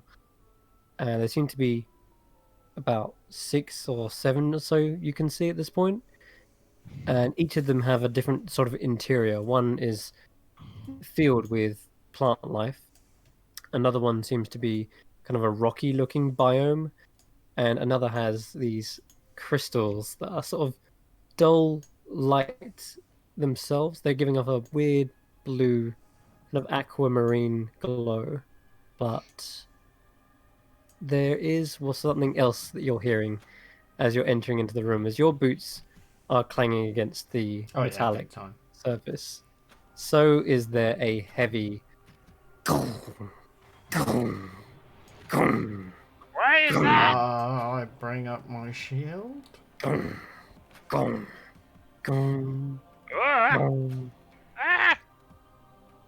And eventually, coming into view is a massive stone golem. He is roughly man-shaped, like there is a humanoid figure to him, but where his head rests, it's much more deeply set into his body, and you can see glittering, glowing runes around his collarbone and around his wrists as well. and he looks over to you. Ah. And as he approaches, he begins to raise up a hand, a fist with glowing runes, gets closer and closer to you. It's shaped like a fist at first, but then it slowly turns up and shows its palm to you in a sort of mock halt sort of fashion. I also raise my hand as I'm mistaking it for a wave and say, greetings. Welcome. Welcome to the menagerie. You hear this kind of reverberating sort of voice, but it seems polite. And it seems like he is not threatening you, but rather just holding up a hand to stop you from moving any further. And says, please show your credentials. Credentials? Guest passes. Do we have any Shit. Tyra will show the letter of permission that we got from Lady Mora and Baba Yaga. Okay, you hold it up and you see the eyes sort of sparkle slightly, and almost a split second after you've pulled out and just unrolled it is immediately there as a response and says, you have proper clearance to the menagerie. Welcome. Tyro. Thank you. Thanks somebody. Mr. had something. What is a menagerie? A menagerie is a sort of bestiary. And what types of beasts do you have here? May we The see? the Bone Mother collects all kinds from various planes. Oh, Yes, you So- may have a tour. Please follow Oh me. my goodness, sir. I don't know, boy. What is your name? Seeing that this creature seems to be not immediately threatening.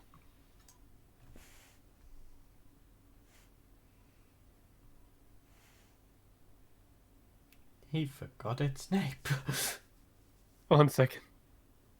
Dave. It's nice to meet you, Dave. May I ask, are you do you serve as a sort of guide? Can you tell us what these creatures are? He's going to start, going up to the barrier and peering in. Okay. Sorry, yeah, he is about to respond to that, but I'm just checking my notes. So you do come up to this chamber right here, and you see there is one tree. Its roots have sprawled all the way across the ground with no like earth to sort of dig into. They've just sort of coiled around and spiraled across the floor. Several of them look like massive refuse piles, like almost like a compost heap, sort of surrounding the tree. To the directly to the right of you, Grizz, there is a beast is munching on some thick green leaves. Wow, It's- what's that? Its two horns like aim towards you, and you see this massive frill, this bony plate emanating from the back of its head. And it turns and says, "This is a 3-horned cow." A 3-horned cow, Three-horned no! cow. Oh, Jesus Christ. It looks badass. Pretty big cow. Gotta say, I'm used to my bovines being a little more. I mean, they're big as they are, but this is a really big bovine. Yeah, definitely. It says, "My name is Shale, but I have been repurposed since joining the Bone Mother's domain." Shale. Mm-hmm. Do I? I don't think I'd know anything about that. All right, never mind. Wrong elemental type.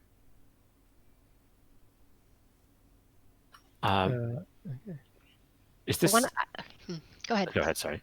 No, yeah, you were first. Tara's going to point to the pressure plate looking thing that Tanner noticed before and say, Jill, if you may, if you wouldn't mind, could you tell us what this contraption is? He's going to point to that thing in the upper left. Yeah, he says, that is an access shaft to storage. It should be feeding time soon. I see. Yeah. He's going to look nervously around and say, does that mean these barriers will open when it's feeding time? Temporarily, yes. Oh, I have command over them. It is advised I not encourage to you be not here. to. Yes, can I encourage you not to open the barriers while we're still in the area? It is protocol to have all guests exit the menagerie before feeding commences. That's a very sensible policy. I commend you on your thoroughness. Are the guests ever the food? He doesn't answer that. Oh, oh no. Behind you guys, there is another one of these hexagonal chambers, but as you peer into it, all you can see is a swirling fog, just a mist that seems to be just ever present within it, graying out the mirrored flooring. Does this by any chance look similar to the one we've experienced outside? You get closer to sort of determine whether that is the case or not, and just as you're pressing your eyes up against the barrier, you suddenly see claws and a face within the mist. What is A small that? glow within the lights. And you see the golem turn and says, yes, we have captured a trio of foglets Foglets. within. You say it like exactly. exactly. Yeah. The same things that we fought in the freaking swamp. They are very hard to contain, but within the magical barrier of force, nothing can escape. They're bastards, is what they are. Is it a magic tree, Mr. Show? Like, do you grow and such? A tree? No. Oh, what is it? More like a living, sentient creature that has adopted the body of a tree. Do you happen to have like any special trees here that are like, yeah, maybe like you said, sentient and maybe magical and such? Sentient trees are not yet collected within the menagerie. 1 second. So as you're asking about this creature in particular, I think he would go on to explain it to you, because he is kind of taking you on a tour of sorts. So, a sentient creature that's sort of taken on the form of a tree, in a way, sounds similar to what you were talking about, but he elaborates and says, a shambling mound is instead a plant-like creature that actually exists as a root.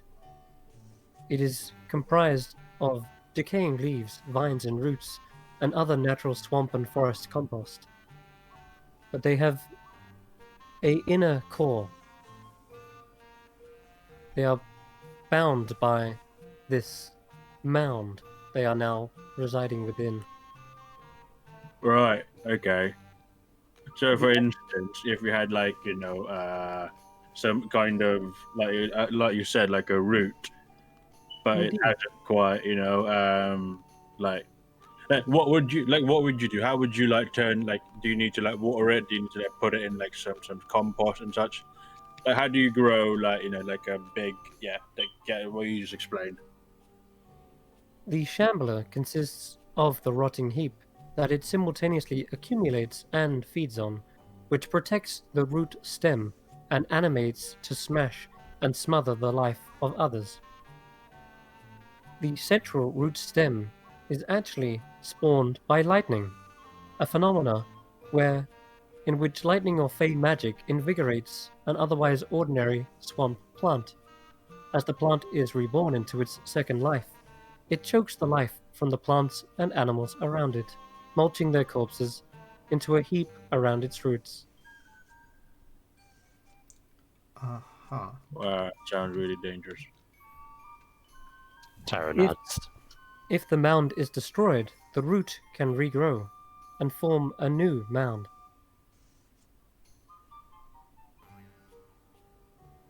Okay, so you just need to just plant it in water, basically. Like Yes. you would be kind of okay. Do you happen to have any if say you got if you ended up getting a type of some sort of root, would you happen to have a bucket of soil or something? Oops, crap. No, ignore that. Oh God! Click. How did I do I'm that? away, I'm turning away. Oh no. Wrong button. That's what I meant to do. How did I actually do that? Wow. Go, Chris. GG. Quick, That's turn away. alright. You're not gonna get much information from that anyway. It's cool. A resurgent menace. Indeed. But yeah, as you're talking about planting roots and such, it does give you the idea, Grizz, that all you need to do is replant the root that you have in maybe bed it down in soil in a place that it can begin its regrowth. Okay. Thanks. That's very informative. After all, if this was spawned by fey magic or like lightning or something, and a tree folk was spawned by some sort of life-giving magic, then maybe they're the kind of same. They're one and the same. Anyway, you may be along the right lines, but You got any spare soil, then, Jones? That may There be are. a bucket's worth. yes, down in the storeroom there are plenty of barrels. Would Soil. you mind if I borrowed some, just in case, maybe we catch a root, and then maybe you can add it to your collection. The allocation of storeroom supplies are distributed by the Kenku. We must speak with them. Okay. Thank you. All right. Hey guys. So, did you see what I was trying to do there? Being sneaky, So I think we need to get some soil and replant the brother. Are we still intending to plant it within the hut, or take it outside? Oh well, maybe just we'll plant it. We'll put it in the bucket. I can look after it for a little bit, maybe just in case it dies. That's very kind of you. Yes, that's a point. Yeah. That would do We it. should plant it outside. I mean, depending on what we want out of it. Like, if we want it to follow us, we want to, release its soul, as Rothlab asked us. He owes us for this, though, certainly. No, yeah. we owed him. Remember, this is payback for his kindness in giving us access to the bridge. I don't think that was the contract. He basically, made a one-for-one deal with answering riddles. We gave him a little fun time. I imagine he gets pretty fucking bored sitting on, all day outside there, outside the hut, just being Mr. Guardian Man. We entertained him. That was our end of the bargain. We're going above and beyond here. He's gonna have to, make something happen for us. That's well in the future, of course. Right now, we're making progress. This is great. Chris, while they're talking, would I just be able to go one by one to each of these containments and just look at the creatures on the inside? Look at their body language, from what I can tell. I mean, half these creatures I've never even seen before, like this three-horned cow. But can I just try and gauge kind of what the fuck? Oh, it's a fire-headed cow. as he five-headed cow. Yeah, Uh, totally. Sorry, that was the three-horned cow earlier. Okay, so you turn the corner and you're trying to read body language. There is a serpentine-like head that suddenly looks in your direction, squints its tiny eyes, and a long like a long forked tongue laps out of it. It suddenly rises up to an enormous height and starts to push itself curiously against the barrier. And as it's eyeing you, it looks back around to where its body is connected, and you see four other similarly shaped heads laying asleep, coiled on themselves. And around that is a massive scaled body. And I'll give you the actual artwork for this one as well.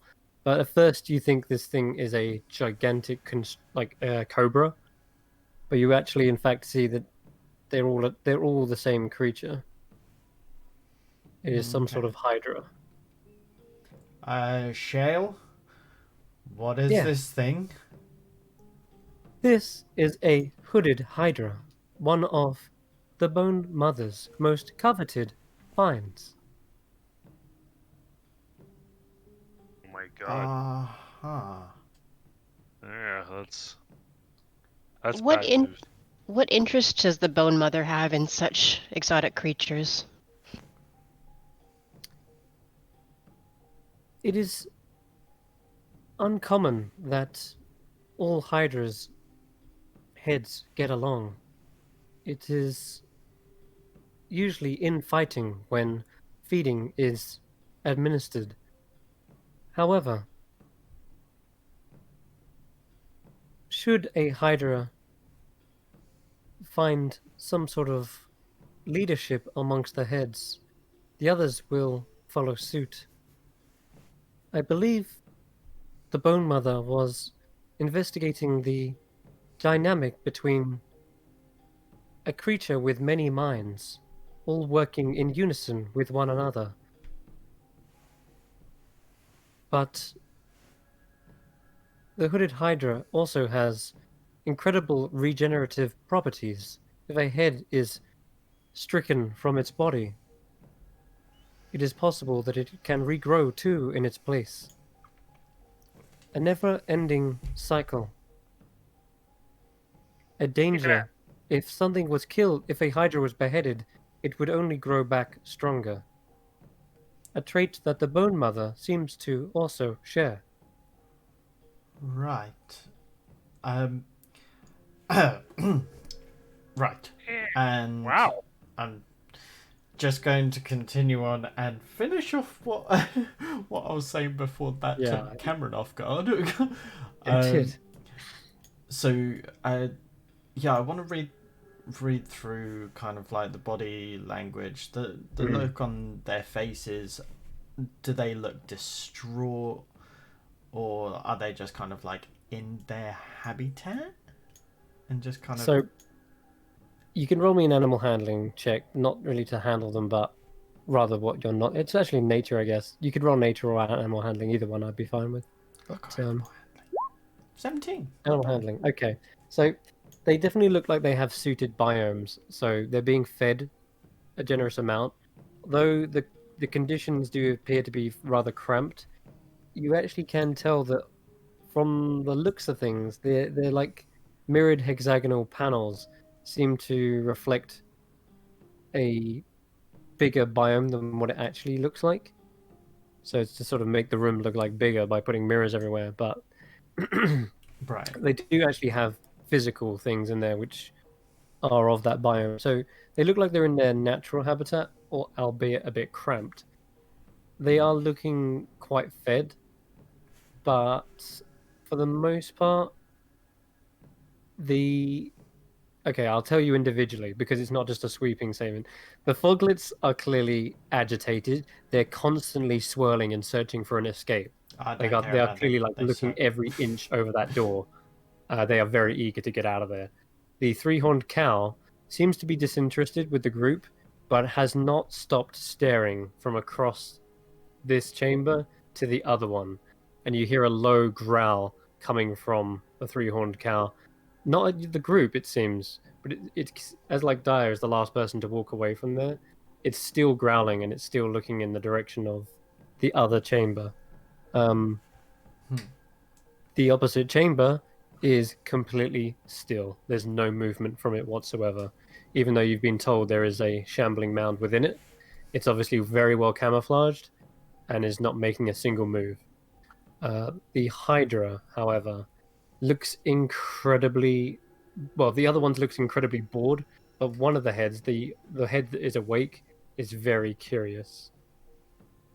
Very curious. Like, it is looking at you, squinting up and down, licking the air, tasting, perhaps trying to taste the air, but with this magical force in the way, it's unlikely that they can even smell you, but it's trying to. It seems interested in you. Can we hear anything from the other sides of the barrier? Yes, you can. It doesn't seem to block sound, but it's a little bit muffled, but there is a hissing coming from this one. But the other four heads remain sleeping. What about from the other side? This is a completely empty chamber, and Shale says, "The Bone Mother has space for more to add to her collection. She never has enough chambers. More rooms are constantly being added as and when new discoveries are made." Is this the extent of the menagerie? Are we looking at everything here, Shale? Or are there additional chambers and other locations? Currently, this is the collection that used to be bigger. Others have been repurposed from simple attractions to weaponized infantry, I guess. Weaponized like cavalry, who knows? He says something like they're weaponized now. Weaponized against her enemies. Charming. And may I assume, Shale, that the mother's purpose in bringing all these creatures here is not simply to admire, but to discover their strengths and use them to her will? Indeed. She is an endless well of knowledge, lore, and secrets. She is well known. And what about you yourself? How did you come to her service?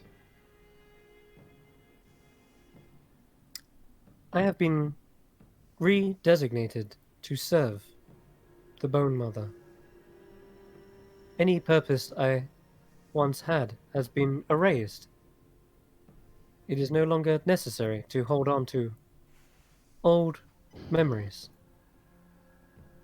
Do you remember your past purpose? You see his head sort of slowly shake. A grinding stone sound kind of emanates from him.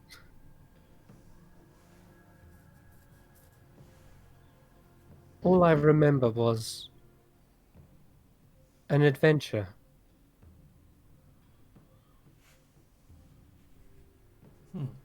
But none of the details. I see. Well, thank you for sharing that with us. Are there others like you in the hut? Yes, there are other constructs. Clay, stone, iron, even flesh.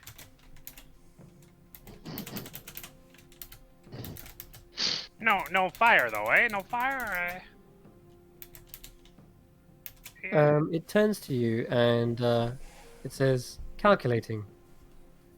Of fire origin, yes, but not of construct type. Okay.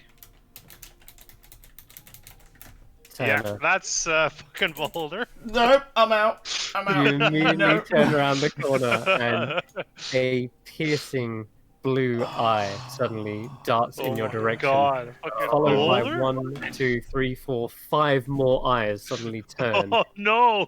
A bulbous, fleshy body begins to hover up from the floor, and it No looks way. like it is analyzing you. Do I This know Oh my what then this God. is? smirks a full set of pointed, grinning teeth. That's a very weird looking cow. Uh, It's a Tanner- 10-eyed cow, Grizz. Tanner's kind of caught, gasp, like is just speechless at this thing. Tyro's pulling out his notebook and is like actually getting closer to study it more closely and write down all the details he can. I think he's probably mindful of the fact that this is a rare opportunity to study these sorts of creatures up close without apparent danger to oneself. You suddenly hear a voice, Tyro. You, tiny creature. You need to get me out of here. What? Do you understand? Let me just check your languages. I don't know. Celestial, common, gnomish, sylvan. Okay. Let me see if you actually understand that. Ooh. I guess gnomish is close. Yeah, you know what? We'll go with gnomish. Sure. There is a slight broken gnomish being spoken, but it sounds familiar to other. It sounds familiar to like your deep gnome brethren, cousins, I guess. You're a forest gnome, correct? Yes. Yeah. So the Snurf Neblim are not unknown to you, but they are distant current cousins. And I didn't just sneeze. The Snurf Neblin is another word for a deep gnome. They come from the Underdark, and he sounds like he's speaking like broken deep gnome or undercommon, but he's trying to speak gnomish. Clearly, he understands that you understand him. He's saying this telepathically, or He he's is actually saying it. No, he's saying it aloud. Oh, okay. Yeah. Tyra's going to kind of smile and say, I'm not sure that's really under my control, and continue to take notes. Intelligent creatures like us should not be locked up. I hate to break it to you, but I get the feeling I'm in a bit of a menagerie myself. Then you too may find yourself sharing a cell, perhaps, one day. Tyro, are you talking to it? You know what I am, yes. Well, I guess that's a good question. Does Tyro know? I think he's more just curious about what this creature is in general and writing it down, but I don't. Everyone has heard the tales of the aberrant nightmares, powerful creatures known as beholders. They are indeed terrifying and awe-inspiring.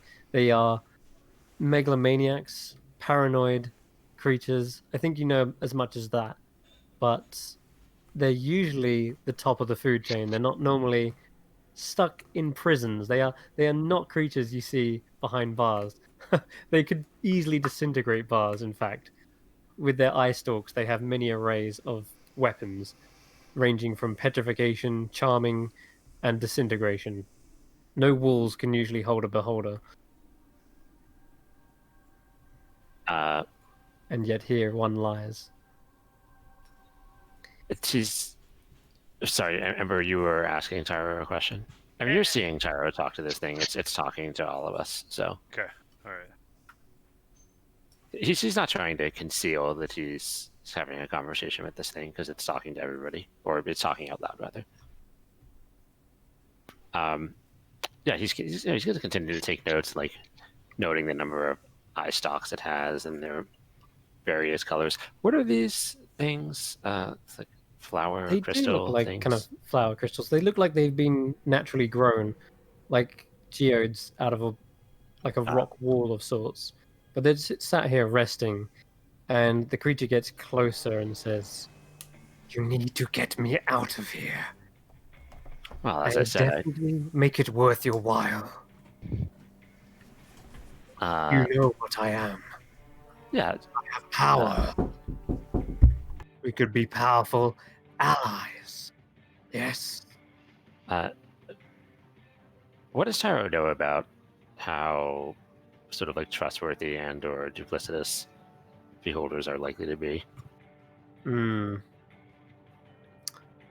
I'm gonna say you don't know that much, not having ever come into contact with one. You've heard tales about them, but coming into contact with them is a new experience. So that's up to you Let's how you see. interpret this. Let's see what he thinks. Okay, I think he's going to probably assume that they're, the Bone Mother's got this creature caged up for a reason. Mm. And he'll say, he'll sort of smile a little bit more nervously, perhaps, and say, even if I could do anything to get you out of here, I'm sure you understand the risk in taking a creature at its word that I haven't done business with before, especially one as powerful and as dangerous as yourself. Yes, you're smart indeed. And just as it's about to say more, you hear a voice coming from the chamber that Grizz is looking into. There's a stool with a figure sort of sat on it. Their hood is kind of hang down, so you can't really see their face. But you you do hear a voice come from it, and it kind of it's slightly a scoff, and it says, "All powerful." That's not something I usually hear people describe you as. And you hear the reply is, "Silence! If these walls weren't between us, you'd be the first one I'd disintegrate." And again, a sort of a kind of a scoff, more of a laugh, and says, "Really? How long are you going to keep up this illusion? Shale, why didn't you continue your tour?" And Shale speaks up and says, "Oh, yes, of course. This is a Gauth." And he gestures towards the beholder. Oh no!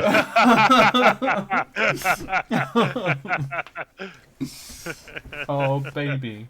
A Gauth. Oh, poor baby. A Gauth is a hungry, tyrannical beholder-like creature that eats magic and tries to exact tribute from anything weaker than itself. Its body is roughly 4 meters in diameter, and he holds up a hand, and you suddenly see runes glitter on Shale, and you see a shrinking to the beholder as the illusion is dissolved into this creature. Oh my god, yes. His expression is much like that, like ah, ah, ah. He kind of zips around and then rests upon one of the crystals, and then starts gnawing on it. Curse you! Intriguing. Gauth. Brilliant. It says, "This was an accidental summoning. The Bone Mother used a ritual trying to summon a spectator as a guard, but the ritual went wrong. Instead, a Gauth pushed itself through the flawed connection, arriving immediately afterwards. It presented itself as a beholder, but only an ignorant creature would be fooled." And Yes, what- only the ignorant, of course. Yeah, I was never. I knew all along. Yeah. and what exactly is a spectator? A spectator is another beholder kin. They are fiercely loyal to their ones who summoned them. They will be stalwart in their defense of an area, patrolling and observing, reporting any information or intruders to its master. A useful guardian. I Do you see. know if Baba Yaga eventually got a self-respect data? No, some sort of interference is happening in the summoning room. The summoning room was then sealed off, deemed too unstable. Oh, where is the summoning room exactly? That is not in your jurisdiction. The summoning chamber is sealed off for your own safety. It is not for visiting guests, even for those with your clearance. Where are each of the where do each of the doors that lead out of this room lead to? To the southwest is the vault. The northeast leads to the mushroom garden. Oh. The southeast door leads to um what does she go? Hold on. Let's have a look. Leads to the Lakeland. The what? Lakeland. And finally, Lakeland? yeah, the Lake. Lakeland. Okay. I'll type it out. Do we know what that is? No, you've not heard of that one.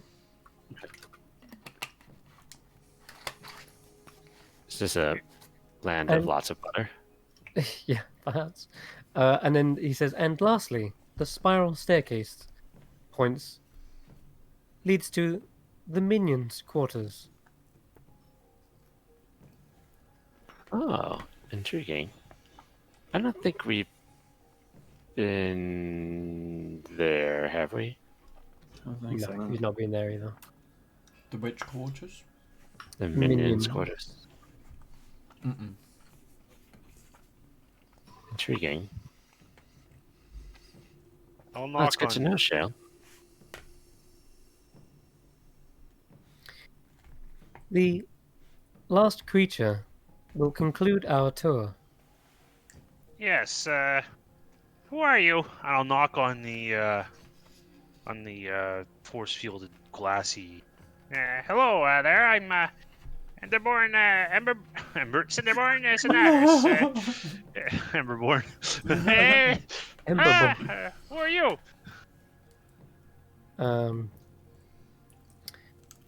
He says, I'm a prisoner. Aren't we all? Not really. I'm not. Just kidding. I just thought it'd be kind of clever to say that. But you are, yeah, definitely a prisoner. But you are not being punished.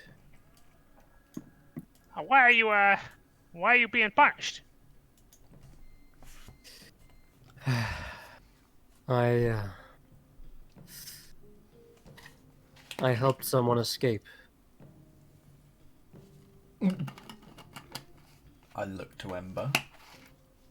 Yeah, yeah, I'm, you know, you're not a very interesting display. The other creatures, they seem to have something else going on. It's something you haven't seen before. You're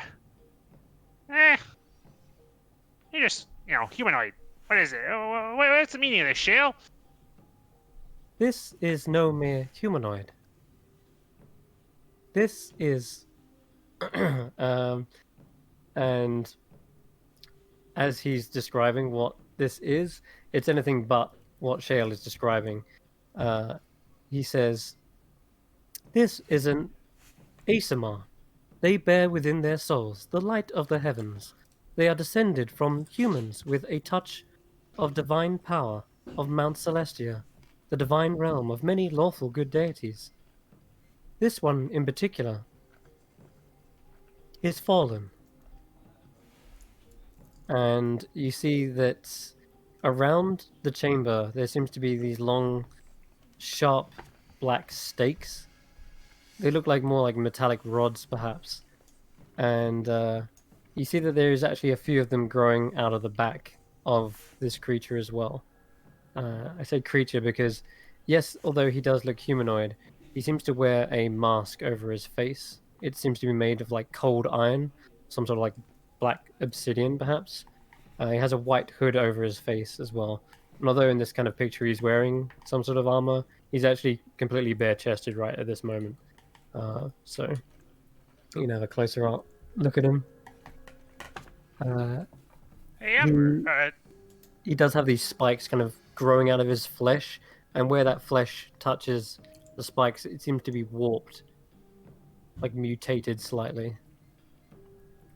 And does this creature have a name? Senrith. Tanner, maybe he knows your friend there, Raziel. Maybe just Raziel. come from the same place. He kind of looks. He looks Senrith up and down. Fallen from Mount Celestia. It's. Never heard of her.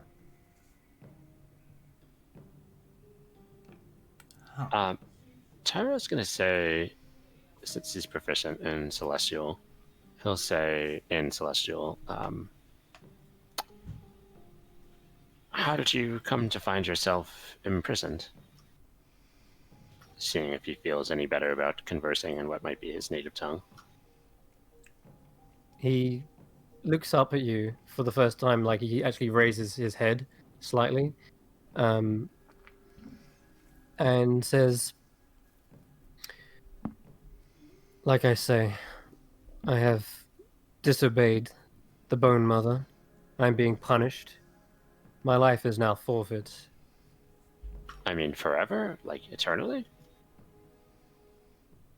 Until the Bone Mother deems it appropriate that I be released.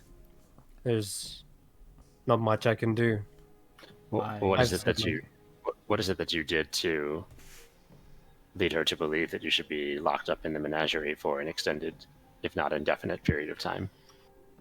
She blames me, and rightly so, for the escape and missing daughter.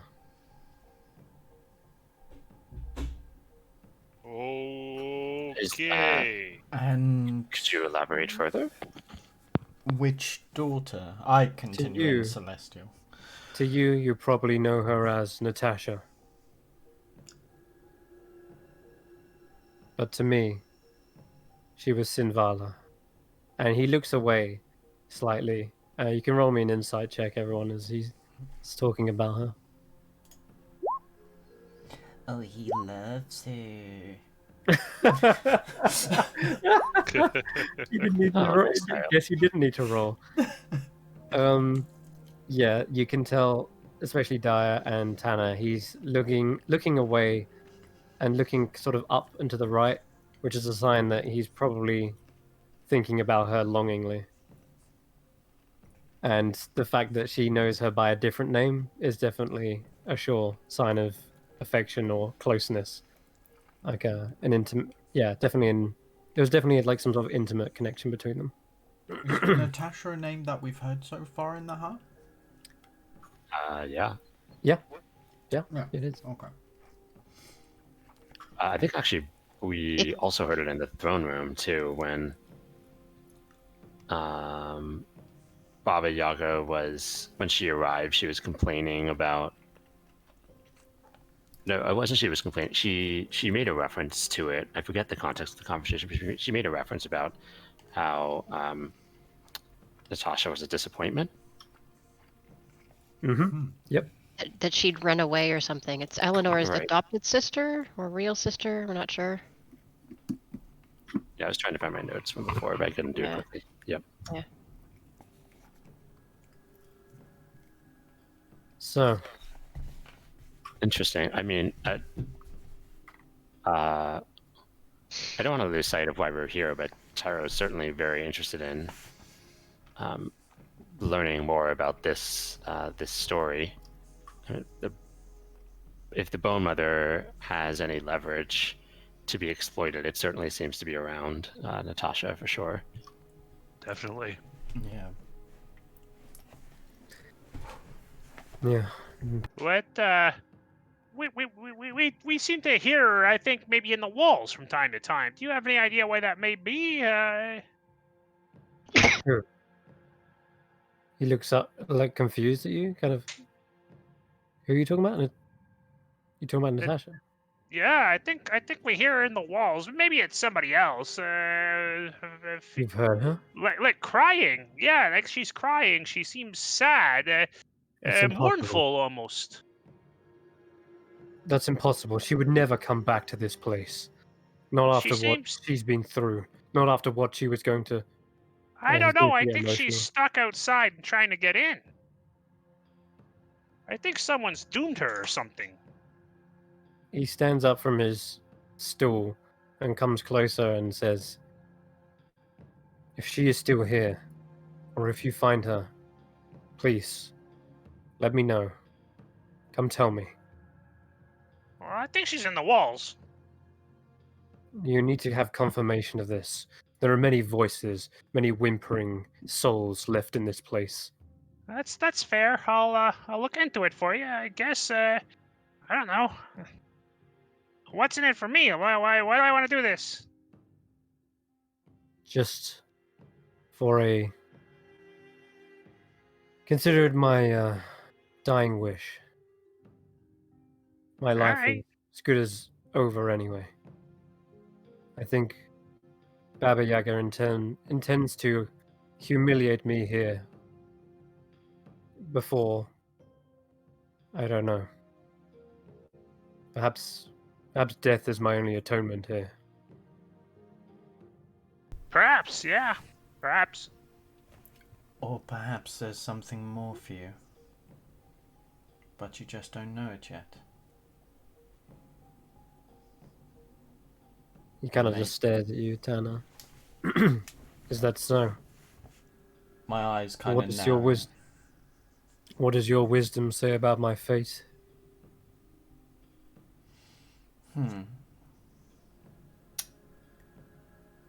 If one thing of being a follower of Raziel has taught me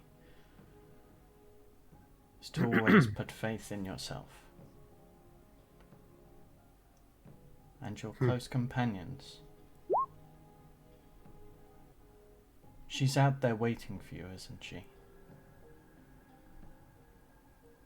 He does not reply.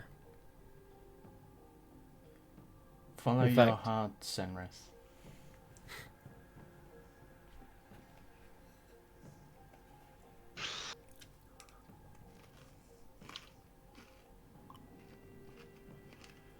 Wait a minute. His name is Senrith? We don't Yep. talk about it. This is... No one's mentioned it. Yeah, no I'm one's like, wait a mentioned minute. Yeah. It's like are we supposed to? That's very meta. Are we supposed to know that? No, Probably not. They Probably said not. they actually said the name, but yeah, I guess you Yeah. don't know that meta words. But we don't. It doesn't mean anything to us. No, of course not. But, Not to your oh, characters. This is just a condemned soul within the hut, made humiliated and imprisoned, Yep. being Yep. held here like some sort of exhibit in a menagerie. Is there some kind of like some sideline remarks about being a DM and being trapped within your own games? Yeah, pretty much. Fourth level, yeah. I'm stuck here until you free me. Well, okay. On that note, we should promptly leave and never talk to you again. No. Actually, I was going to ask, since he... Do I know that Asimar don't eat or, like, sleep or need anything? They do need to eat and sleep, actually. Oh, they do? Okay, I'm Mhm. sorry. I thought he was an angel. Like, He is not. He's touched by the divine, but not actually an angel. He I is see. an Aesmar, so sort of half and half. Yeah. I'll look at him and say, is there... You know, I don't think that we can... For you, obviously, you know, we are but mere guests here. But is there anything that... Is there anything that would make your stay here more comfortable? A book, perhaps? He'll sort of Oh my God! Stop. look through his look through his backpack. Okay, he is gonna roll another intelligence check. Actually, You want me to roll intelligence? no, check? no, I'm gonna roll for one for him. Okay. Never had an interest in books. Well, anything else that would be? I mean, you not to put too fine a point on it, but you seem pretty glum in there, as I might be if the situations were reversed. He says,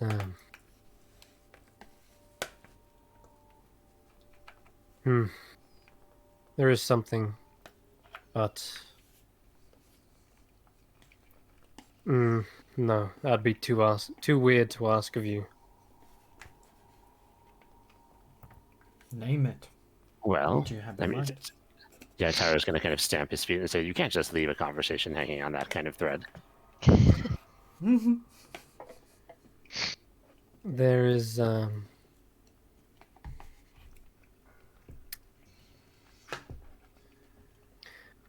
was a piece of jewelry within Natasha's quarters. I'm certain that she did not have time to leave with it. It was a gift that she did not get to take with her. If I ever do make it out of here alive, then I would see it returned to her. There's a drawing in Natasha's quarters, A piece of jewelry. a Yeah. piece of jewelry. Okay, I see that you would like return to diadem. Natasha if we see her again. Yeah, either that or he would like it himself to give back to her. But yeah. He says there's a diadem inside a lockbox. Probably yeah. I'm just going to go up to Cheryl and say, what does the protocol say about how the food gets supplied to the guests? Or sorry, to the inhabitants at the menagerie? Protocol is once all guests have exited the premises. He holds his hands. You see a glittering of runes. I deactivate the barrier. Briefly, enough to place the food within their chamber. Then the barrier is resealed. You see his whole form actually fits the perfect size of the barrier. I see. You're placing the golem is placing the food into past the barrier. That's right, yeah. I see. And the food comes up through the access chute. That's right, through that shaft. Yeah. Cool. Tara's going to ponder that and just file it away for future reference. Okay. As you know, we don't have the drawing at the moment, but I'll ponder on that. Where are Natasha's quarters exactly? You asking Senrith or Shale? You asking Senrith? He says, last I remember, it was adjacent to Eleanor's quarters, but that could have changed since this place seems to shuffle around. But there is another way. There's a secret entrance. Many secret entrances, in fact. Any particular pointers? He says... 1 second. I'm trying to think. Oh god. 22, 23. Right, 1 second. I gotta actually find it.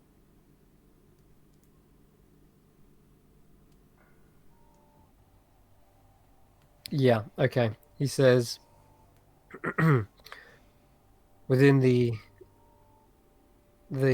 tinkering hag's quarters, the central pillar, there was a stairwell that led into the back. I would use it myself to convene with her privately. Okay, so he's saying the secret entrance is The Tinker Hags. that a The place so, that yeah, we've been? their chamber. I think you've been in it before. Do you remember the place where you I- got your pearl of not pearl? Sorry, Yeah. your Are they the Tinker Hags, or is it the other yeah. hags No, that we're giving the that's potion to? yeah. He's talking Okay. about those. So He's talking about okay, Rickety got it. Peggy, Okay. Old Polly, Right. They Pandora, Pet were Pigtooth. Those three. they were east of a library, and then you went through a door That's down right. some They're, steps. Okay, I remember that. yeah, Yep. they're on the library level. Yeah. And he says that the central pillar, the ones that you were kind of very carefully and nimbly like wobbling around and scooting past, accidentally knocking things over and stuff. Yeah, you remember that claustrophobic place? He says that the central pillar has a secret entrance in it. Right. Okay, cool. Thanks. There you go. He says, try that if the rest of the entrances are locked or barred to you. We need to find our way there, anyways, because we need, cash in, quote unquote, the potion deal, and which was some more. And they said they might have something else for us once we finish that. Two birds, one stone after this adventure. Speaking of birds, you start to hear a squawking coming up from the other side of the menagerie, and you hear like a lever being pulled and kind of a grinding sound, like,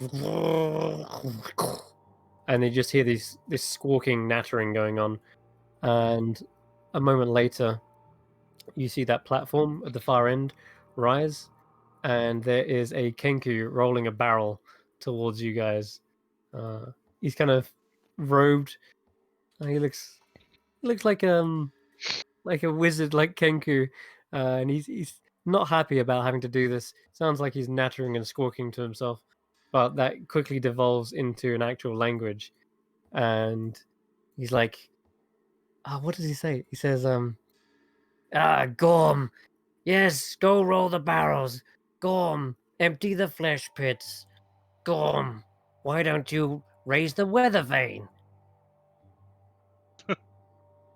And then he stops and then looks at you and sees everyone and says, greetings, visitors. Welcome to the menagerie. What, the Kenku's saying that now? Yes, and then Freaking Shale turns Kenkus, around and man. literally says it verbatim, like word for word. Welcome to the menagerie. Welcome to the menagerie. And he just keeps on copying him like that. I recognize this bird creature as one of the three that we saw way back when in the kitchens. Yes, absolutely. This is one of them. Although I'm using like their full token at the moment. But yeah, it was one of those guys. Seems like he's doing his duties for the day. What you got in there? Is that soil by any chance? Beanie Babies? What? Beanie Babies. Beanie Babies? Yeah. Really? Are those magical or do they possess strange hypnotic patterns? They're very rare, and people sell them for way too much money, I think. He suddenly like glances over towards Tanner and goes, jeez, it's the feds. And he quickly like at this point, Shale says, I'm afraid I will have to ask you to leave. This is now feeding hour at the zoo. All right. Well, is it okay if like we get a little bit of soil before we go and be out of your way, please? Just a little bit, maybe like a bucket of it, about this big. There is much soil within the fungal gardens, the lakeland, or the storeroom. I'm sure you can acquire some from many locations. Yeah, but I want to get like really nice fertilized soil, like really good to grow and stuff.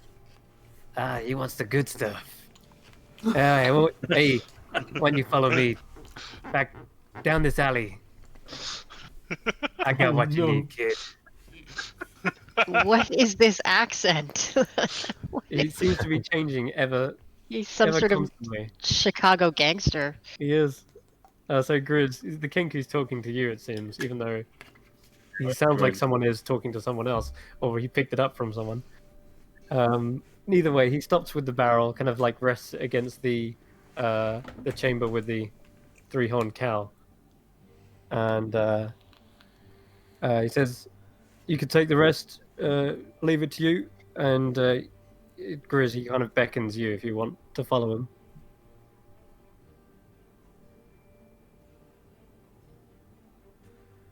I'll take that stun silence as a yes. Yeah, sorry. Yeah, that's cool.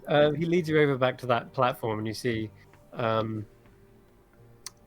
he stands on it, there's another floor beneath you. As he kind of taps his taloned feet against it like 3 times, and he looks to you, and in a feminine voice says, "Going down." And there's like he makes a ding sound, and you see the elevator lower to the floor. In here is a ton of crates. There are smells of food, animal feed. There's the smell of oil, like cooking oil, perhaps. But he goes over to like one of the nearby barrels. You see there are other kenku down here as well, kind of sorting and, I guess, like rummaging through things. But he does hand you sort of a barrel of soil if you want one, like a whole barrel. We go like a smaller container, maybe just a little bit smaller than a barrel. Sure. One sec. Let me just see what I got down here. Is this more your size? And he holds up like a smaller like keg of soot and soil.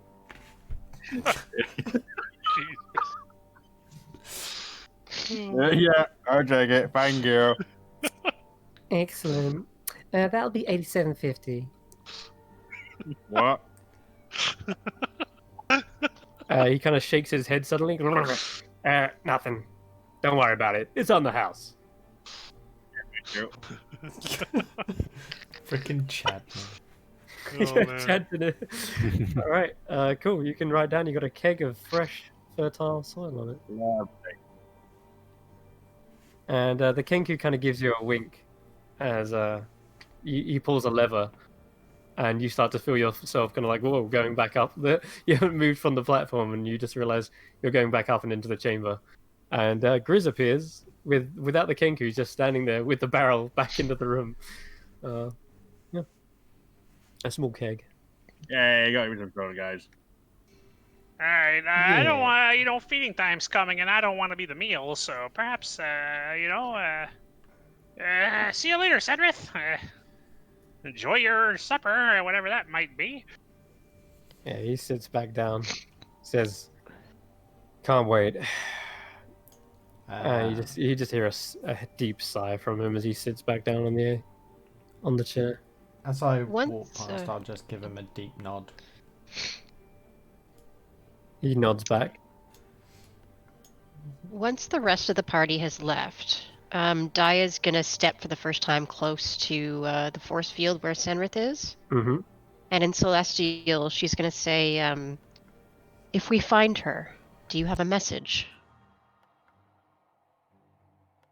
Oh, I hadn't thought of that. Oh man. Baby, come through. Ah man. Tell her I love her. No, nothing soppy like that. He says,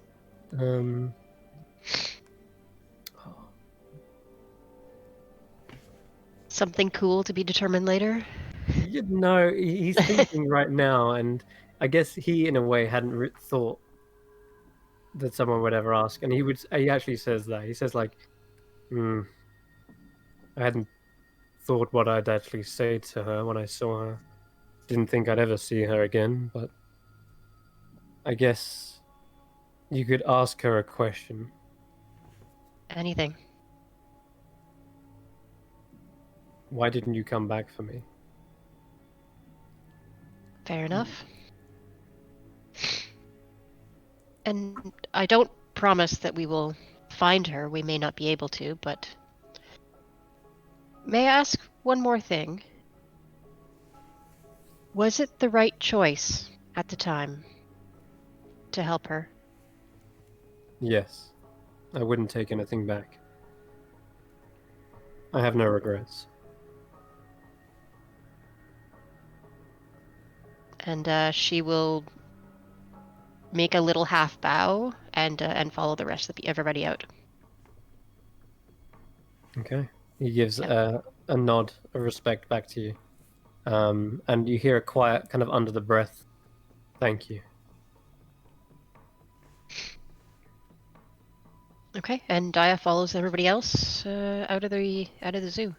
Okay. Which direction do you exit?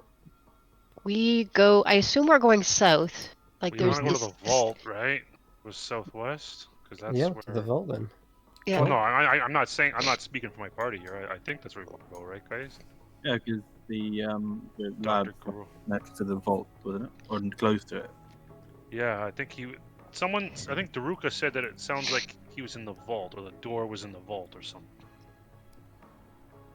But I don't It know was if we're in allowed the vault or near the vault? One of the doors left from the vault to Dr. Guru's lab, I think. Mm. But I don't know if we're allowed in the vault, or if we can even get in. So you seems the Grizz has already kicked the doors down. So at this point, Grizz, Perfect. you've opened up these set of double doors. They were hefty. They were quite like sturdy doors, but they weren't locked. But as you come to the second set, these are definitely fortified. You can see metal bands through the doors. You can see that it is got heavy iron rivets through those bands, and there is a large lock on the actual set of double doors as well. Probably like the size of a gatehouse kind of lock. It's not like something you would pick lock with tiny little tools. This looks like it has an actual sizable key for it. There are 2 torches lighting the room as well. The stone floor looks, I guess, it still looks kind of well designed, but it's much more kind of heavier material than other stonework you've seen in the hut. Oh no, we're gonna do the awkward walk back past him. As you've come to one of your first big, heavy locked doors, I think there's a good time to have a small 5-minute break. If that's cool. Yeah, All right. perfect. All right. Cool. We'll be back in just a moment. Stay tuned.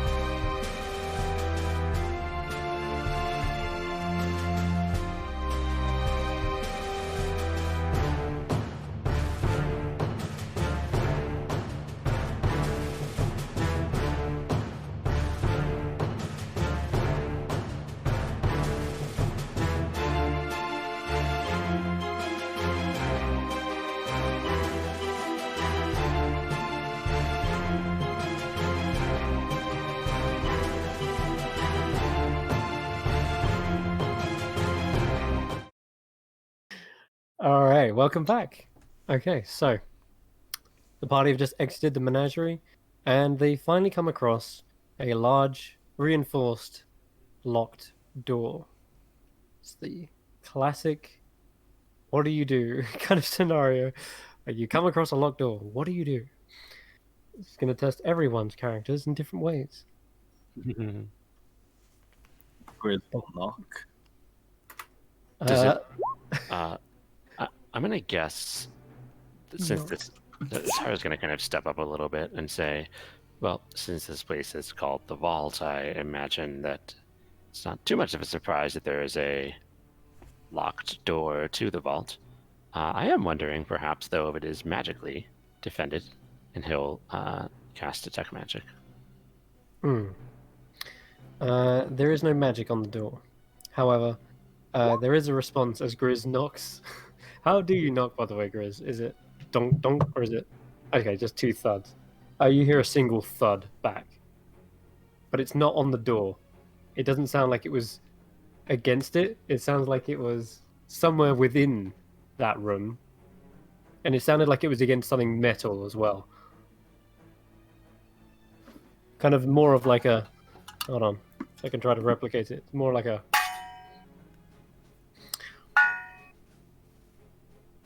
Like knocking on the door created a metallic ringing within the room. Well, Grizz knocked twice, so he went thud thud, and this was just a single. Dong. There's someone inside, guys. And Grizz will pull out. Hello, may we come in? Roll a perception check. 1 second.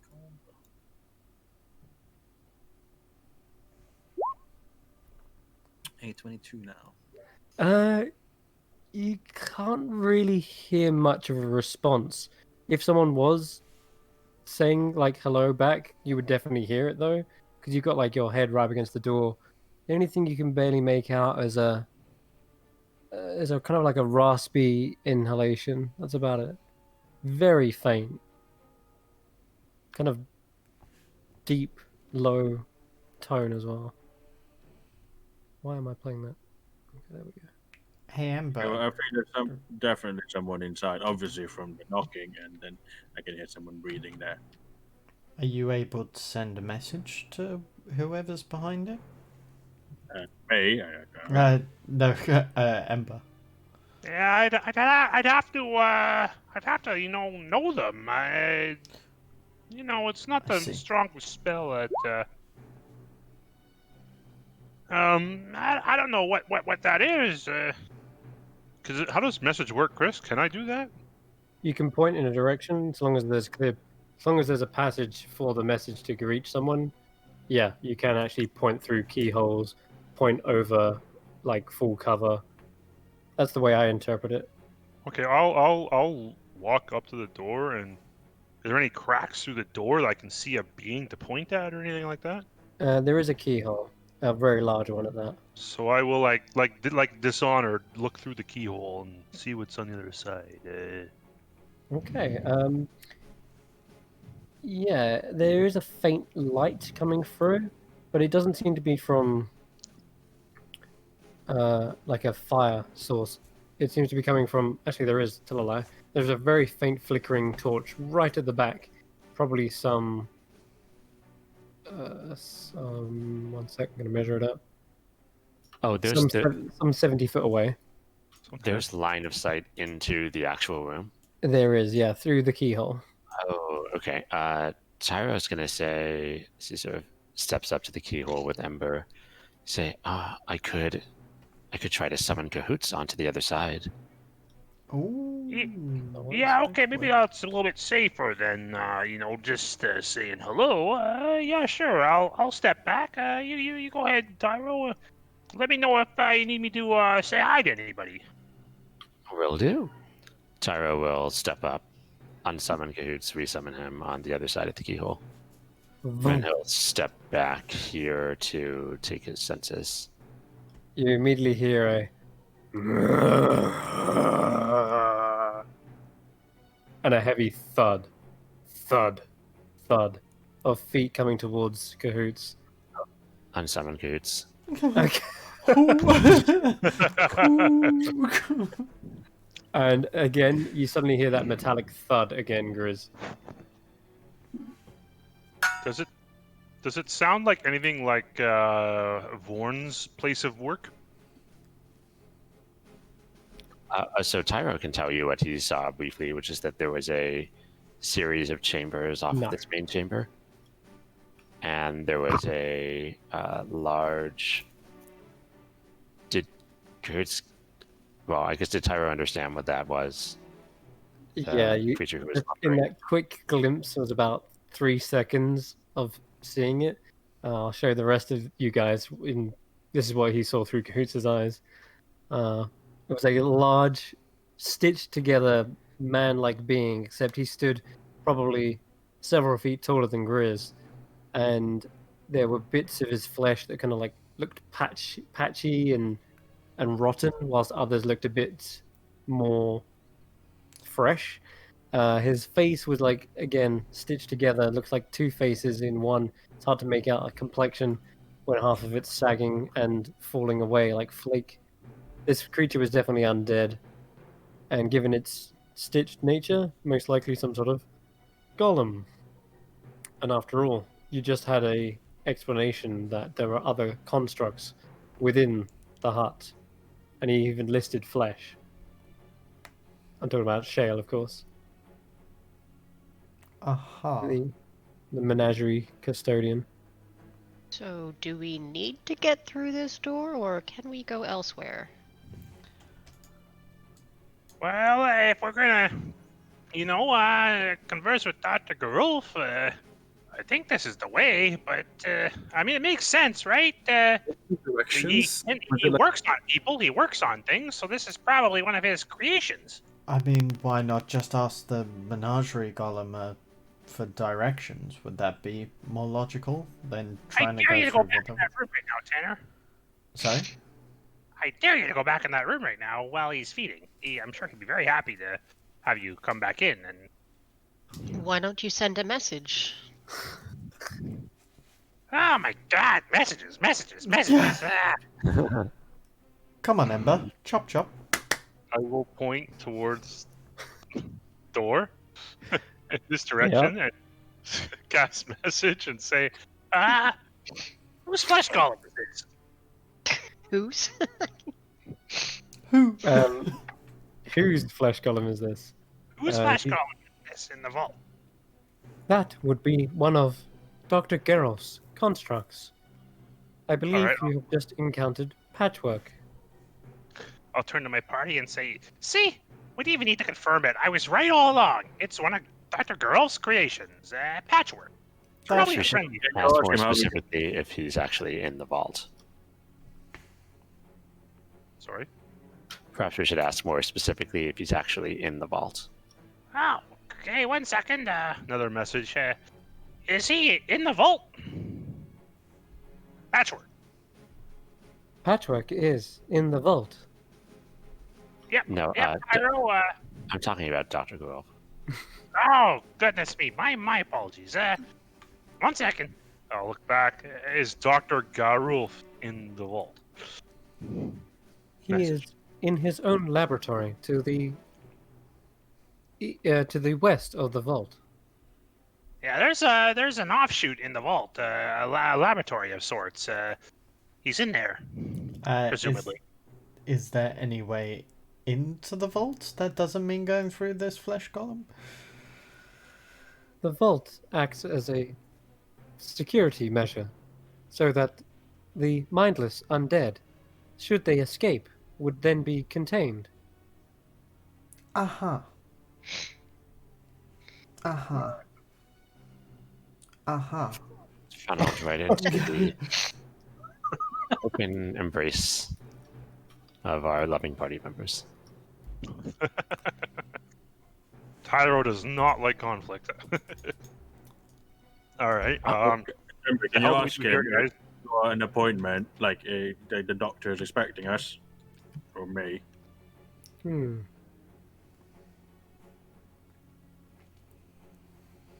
let me try something. One more message and see what happens here. And I will step to this place. Mm-hmm. I will point towards the. You said the west, right? Did you say the west or the east?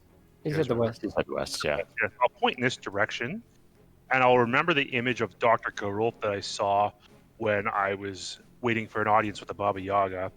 Maybe this will work, and I'll just point that direction and say, "Greetings, good doctor. My name is Ember Cinderborn. I'm wishing to have an audience with you on behest of Grizz and the rest of my party." You hear a response immediately, but it is not a familiar voice. It is rather, hey, what? Who? This Gorm, not Dr. Geralt. Go on. Ember will look at his back to his party. I don't think it worked. Gun, not Dr. Geralt. I think I got one of his minions or something. I don't know. It's actually Form the familiar name of the Kenku? Yeah, you just heard Yeah, the Kenku saying something like, Gorm, roll that Oh. barrel. Gorm, empty the flesh pits. Gorm, raise the weather vane. And now you're also hearing this voice again. Seems Gorm, like not Dr. Geralt. Gorm is a very busy bird. Who's a busy birdie? Ask Gorm if he can let us into the vault. Gorm, get us into the vault. Message. Who is this? I already What do said you it. want? I already said it's Ember Cinderborn. We need to see Dr. Geralt. It's very imperative. The Baba Yaga demands it. Dr. Geralt is very busy. And we're even busier, so stop wasting my time. Let's go! Gorm, make sure no one interrupts my work. Gorm, shoo away intruders. He seems to be repeating for verbatim orders that he's been given. I will tell my party that it doesn't look. When Cahoots was inside the vault, did he see the locking mechanism on the other side? No, it's you can see the locking mechanism from this side as well. It is quite literally a big, like metal lock that would require like a big, like rusty key perhaps. But What I mean, there isn't some kind of like bar across the door on the other side, or no. like that. Okay, yeah.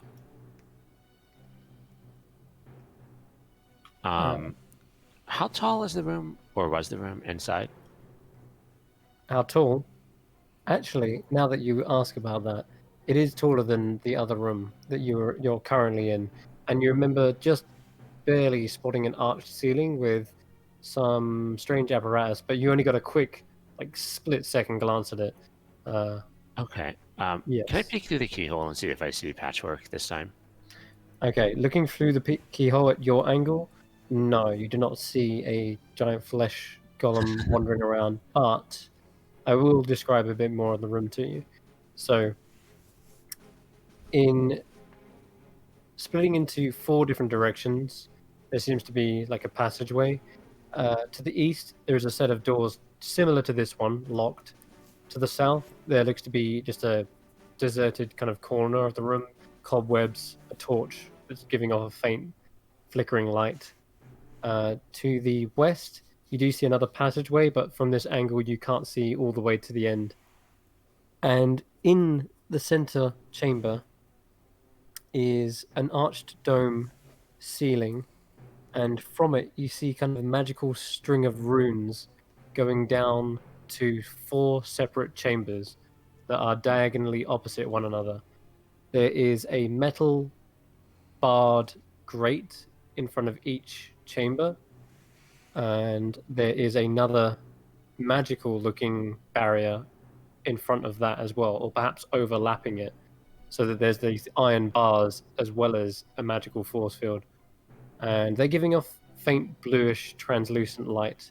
It's hard to see past it because it kind of blurs the image slightly, so I'd need a perception check to see beyond those. But And what? And that's on each of those 4 diagonal rooms. yes, so Oh, okay. So The like the flesh northwest wall. golem was behind that one of those. right. You can't Oh, see. okay. Yeah, I you see. can't see it at the south diagonal rooms, but you hazard a guess. Maybe it's in one of the north ones that you can't quite get an angle on. Okay, Tyro's gonna unsummon and resummon Cahoots as high as he can in the room. Mm-hmm. Okay. You reappear into the domed ceiling, and as you're high enough, you can actually avoid line of sight with the flesh golem. I'll place you here so that you can sort of see. But there is 4 separate diagonal chambers, and they each seem to have lots of goods in them, shall we say. One is a set of crates that seem to be mesh-mashed. There's not very much organization to this chamber. Looks like more like a storeroom than it does a vault. That's the southeast. And then to the southwest, looks like an armory. There are suits of armors in there, similar to the ones you saw within the like trophy room. But these look like they've been what is it? They don't look like they're on display. They look like they're on like dummies, like ready for like a barracks, right? Mm-hmm. And then to the northwest, there is a set of shelves. Some have scrolls and books on. Others have swords, staves, wands, shields. You name it. There's a kind of a mishmash of different magical items you can see in there. And I say magical items because they are very obviously magic. Every one of them has either an ornate-looking hilt, a glowing like bulb somewhere, or there's crystals or gems encrusted somewhere along the hilt. Ooh. Yeah. Scroll cases as well. Shelves of them. And then Even though Tyro's blinded and deafened while he's using Cahoots' senses, you can maybe see that he's starting to drool slightly. yeah. And then finally, the northeast has just a single flesh golem standing in the center, standing very like just knuckles to the floor, looking very dumb, just staring blankly past the barrier. And in that chamber are just 2 metal chests. That's it. What is this thing right here? Which thing? What? Right here, yeah. I'm not seeing it. Directly to the north of Cahoots, like in this 5-foot square right I here. can't actually see if there's anything there. I don't know if everyone else can. Oh, But okay. there might be a glitch on your end because there is nothing there on my screen. I see. I'll screenshot it for you. Okay, go ahead. But yeah, no, I see. Cahoots isn't like the arch dome. It looks like these runes match. Sorry, it looks like they arc down towards the barriers. Okay. And what is Yeah, that's a glitch. what is the apparatus? That's okay. Yeah. What does the apparatus Oh. look like exactly? Is there a control panel or anything? Yeah, it looks like maybe tubing or sorts. Maybe it's a conduit for arcane energy. I'm not 100% sure, but it seems to be providing a force field for the 4 chambers. You need a better look at it with your own eyes, perhaps. I mean, you are looking at it, but yeah. Let me see. Okay. Yeah, I think Tyro is going to be looking for anything that's like. Well, actually, he's going to have Cahoots fly up to the door over here. Is there anything like a button or a lever or something that opens this side of the door? There is not. No, it is simply a large, sturdy, locked door, and you don't detect any magic from it. Of course, you've already done that from earlier. You're still concentrating on that spell, but there's no magic on the door. It's just a well-built, sturdy-looking door. Oh, I'm sorry, not the door, but there's no like. I'm saying from Cahoots' side, there isn't like a open button or lever or anything like that. Okay. No, looks like it is just simply opened by a key of some sorts. Who has the key? I'm not sure, but it doesn't appear to be anything more advanced beyond that, beyond just a keyhole. Have we actually tried the door to see if it's open? Nope. Okay. Let's try All right, he'll unsummon Cahoots again and report to the party what he saw in summary. I would assume Grizz probably tried after knocking, but it is indeed locked. I'll say that now. Alright, guys, how bad do we want to go here? Oh, but this is what we were trying to do. On a scale of 1 to 10, how badly do we want to go here? I want to go in like an 11 to see what's on those bookshelves, Grizz. Smash. Smash! Right. Roll me a strength check. Or, sorry, athletics, I guess. You're just... Are you kind of running at the door? Or are you just kicking it open? Or... Yeah, let's open. Right Alrighty. where the bolt might be from the thing keyhole. Yep. Alrighty. Well, I mean, I guess it is justified. We are sort of trapped here for feeding time. I'm afraid 11 is not going to be enough. You see Grizz trying to, like, flex his muscles and muster his strength, but it is not budging these huge reinforced doors. Not one Hang of on them. a second, just lighten up. Would you like some help, Grizz? I got this. And then he'll sort of put down his axe and kind of pace back a few, and then and then run towards the door, and then kind of leap and double kick it. Oh, God. Like, drop kick it. Yeah. Oh my Tanner, god. Tanner, help him out a bit there. Sure. Go ahead, roll another athletics check. Wait, That's- wait, wait, Oh, wait, wait, that'll do it. wait. Ben, look. How do I? I'm gonna spend 2 sorcery points to Ben Grizz's luck on this second roll. Okay. Are you adding or detracting from it? Adding to it. Okay, cool. All right, go ahead and roll it.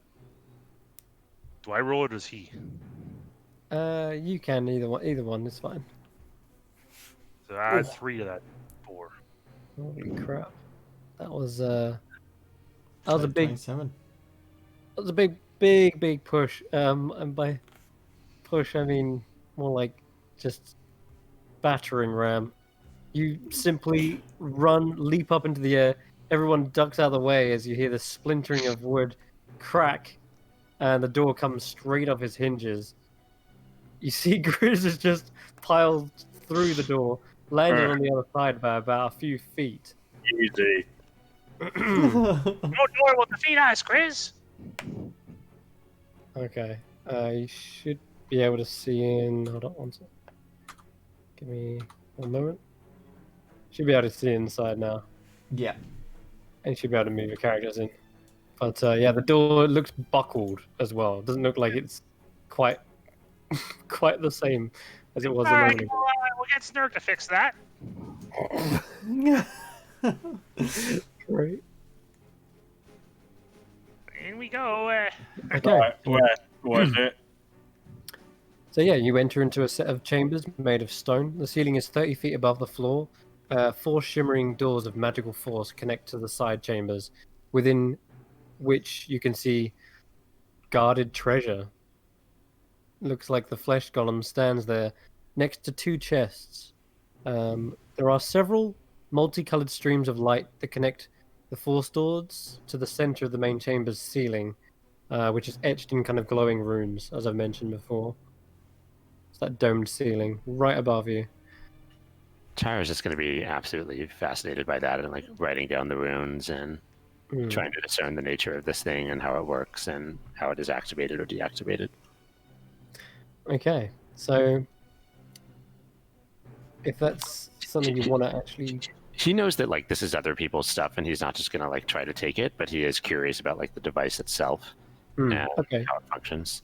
Do you want to roll an Arcana check? So you're sort of documenting the runes and trying to replicate them? 26. Okay, yeah. You're easily able to document the types of abjuration that is being cast here. It is clearly some sort of force... wall of force, rather, which is a... let's have a look. Just want to see the spell level. Yeah, it's a 5th level evocation. Actually, yeah, believe it or not, one would be mistaken thinking that it was abjuration. It is actually, in fact, evocation. And the runes create a physical barrier of energy that is unpassable. It's not so much guarding something, but just a static field of energy that is impassable. Yeah. The streams of runes kind of going down to each one likely has some sort of combination in which to deactivate each one so that the alarm is not sounded, because it seems like tampering with the runes or the duels does also activate an alarm spell, which you can see the runes for. It's not just for Intriguing. Wall of Force, it's also an alarm spell built into it. So, yeah. Does it seem clear about where the energy is controlled or not controlled from? Like That's a good question. how is someone getting in or out of the room? How does one get in or out of the rooms without, shutting the whole thing down? So, it would appear that the energy source is coming from the ceiling. That's the only thing you can physically see. It's coming from the dome ceiling and then going into the force field. As you kind of like study the ceiling more, you're unsure if there's some sort of like cord or node of energy there, or maybe it's something behind the actual ceiling itself.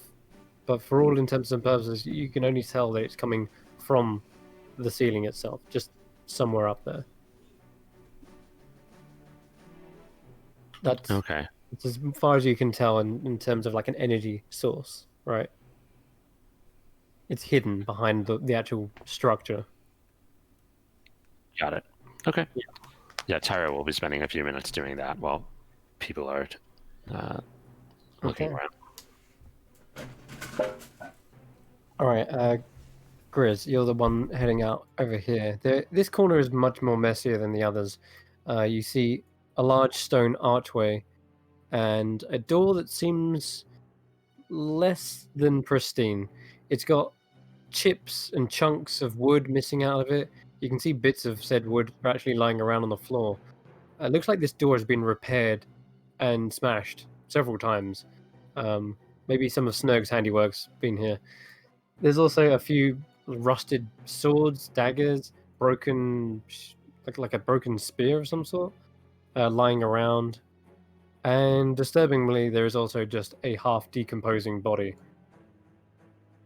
just lying in the corner, just slumped. Shale said it was west of the vault, right? The lab. That's right. Just obviously because of Gears' floor, as he sees like the rubble, is there anything sort of any kind of glint of certain yellowish tint catches eye? A yellowish tint. Gold, sorry. Oh, gold, of course. Not in this corner. I would say though, some of the armor definitely sports golden parts over it, actually. And I would say the magical item vault definitely has like books with gold trimming on it. There looks to be like an amulet made of gold. No, wait, that was Tux's one. Never mind. Yeah, Tux has that. I would say that there is probably swords and shields with like gold inlay on them. Yeah, for sure. Highly distracting, I would say. Oh, I can move back for that later. Just switch to himself. Then go to this door. Okay. You're knocking heavily. As you knock heavily, you see the flesh golem starts approaching the iron bar's ember, and as it gets right up against them, you see its head has kind of got like a metal plate stitched into it, like where his brain would be, perhaps. And then he just hits it against the door, like almost like he just walked into it, and then sort of backs away and stumbles. And you- Idiot! Oh, intriguing. Tyra's going to be taking notes similar to the ones he was taking about the beholder turned Gauth. He kind of then Right. backs away, thudding. He definitely seemed to react to the knock. But then he's obviously trapped in here. Strange. As for Grizz, you start to hear a shambling sound from the other side. And you hear a lot of chains being moved, padlocks being undone, rattling, more unlocking, and it starts at the top of the door, and you hear it slowly working its way like down to the very base of the door, and then eventually you see a small hunchbacked creature pulling the door open, heaving it open, and he looks up at you with these kind of very emotionless eyes. He's got this cold, dead flesh over his body. See if I can find his token real quick. And he looks up at you and says, "I thought I said no visitor." And then he kind of like chokes and stops in the middle of his words as he notices who's knocking on the door. Huh? You? Wait. What's name? What, my name? Yeah. Right. My name, Gorm. Right. Your name, There is. Gorm Meat Grizz. Graze me Gome. Hello. We're You here see- to with Dr. Gorov. Yes, Is Yes. expect he was. Dr. Gerolf, we'll see you now. guys, you're coming. Yeah, I guess Well. that's our time. Just Grizz. Okay, no problem with me. Wait. What? He spiffiliously said, no one but Grizz. Specifically. Okay. Guys.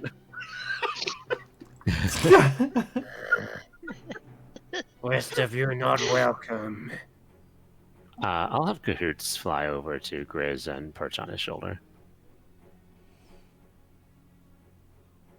I see, Birdie. You think I blind? Gorm see all. Tyro will say, well, to shout over.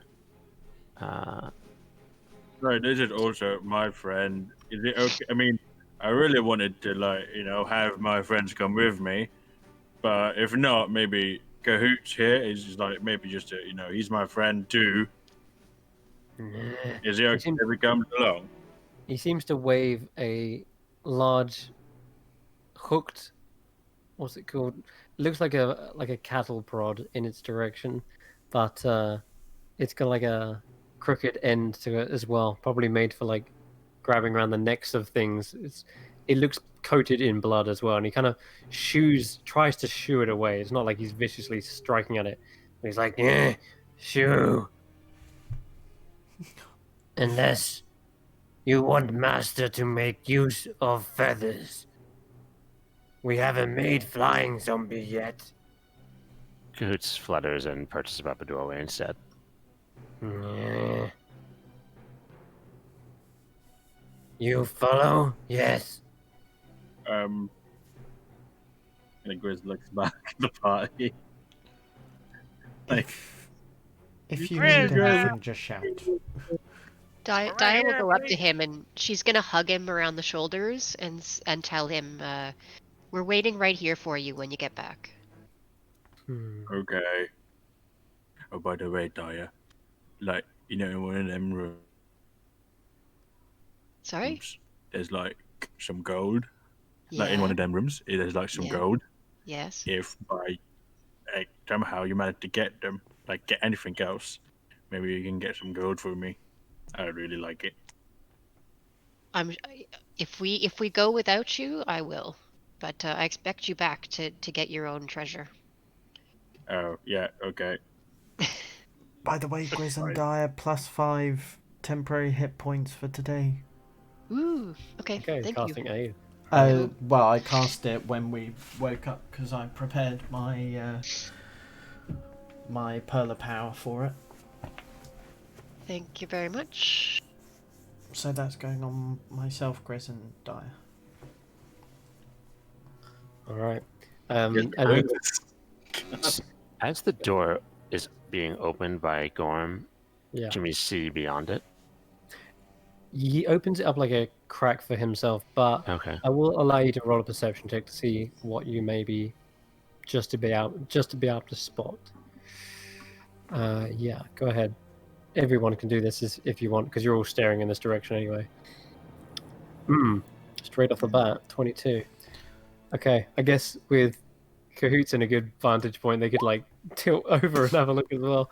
The rest of you guys, not so much. You're a little bit further back. All right.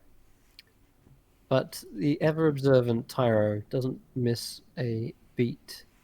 There is the inner workings of some sort of flesh factory, is the only way to describe it.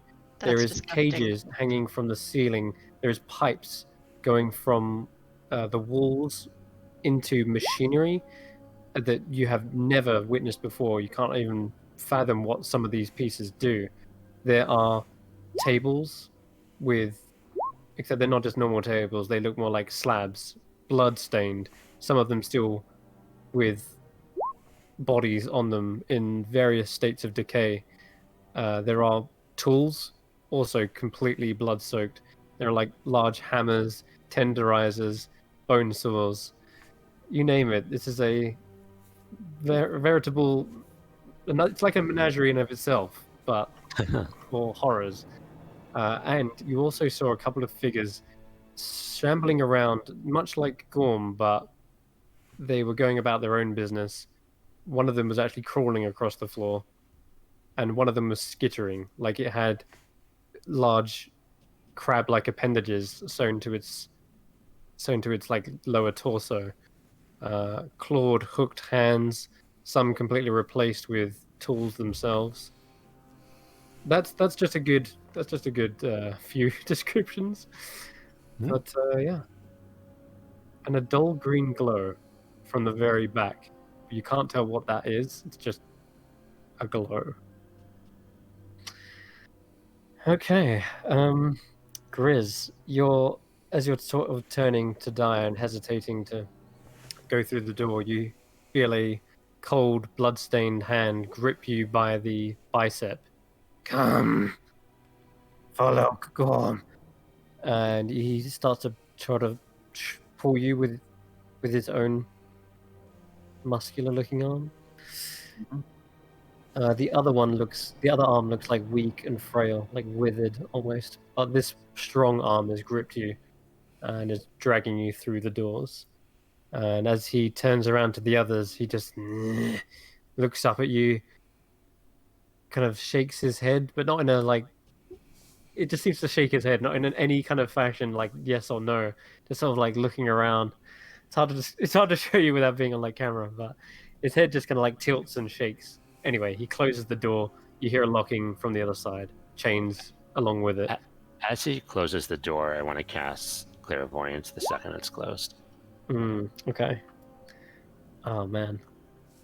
And I can cast it in a location that is unfamiliar to me, such as behind a door. Jeez. All right. Yeah. And I have to choose between seeing and hearing. I will choose seeing, and I will use my observant feat, which lets me read lips if I can see their lips. Right, you are. Okay. Oh shit! No, actually, Derek just went out. It's 10 minutes casting time, so never mind.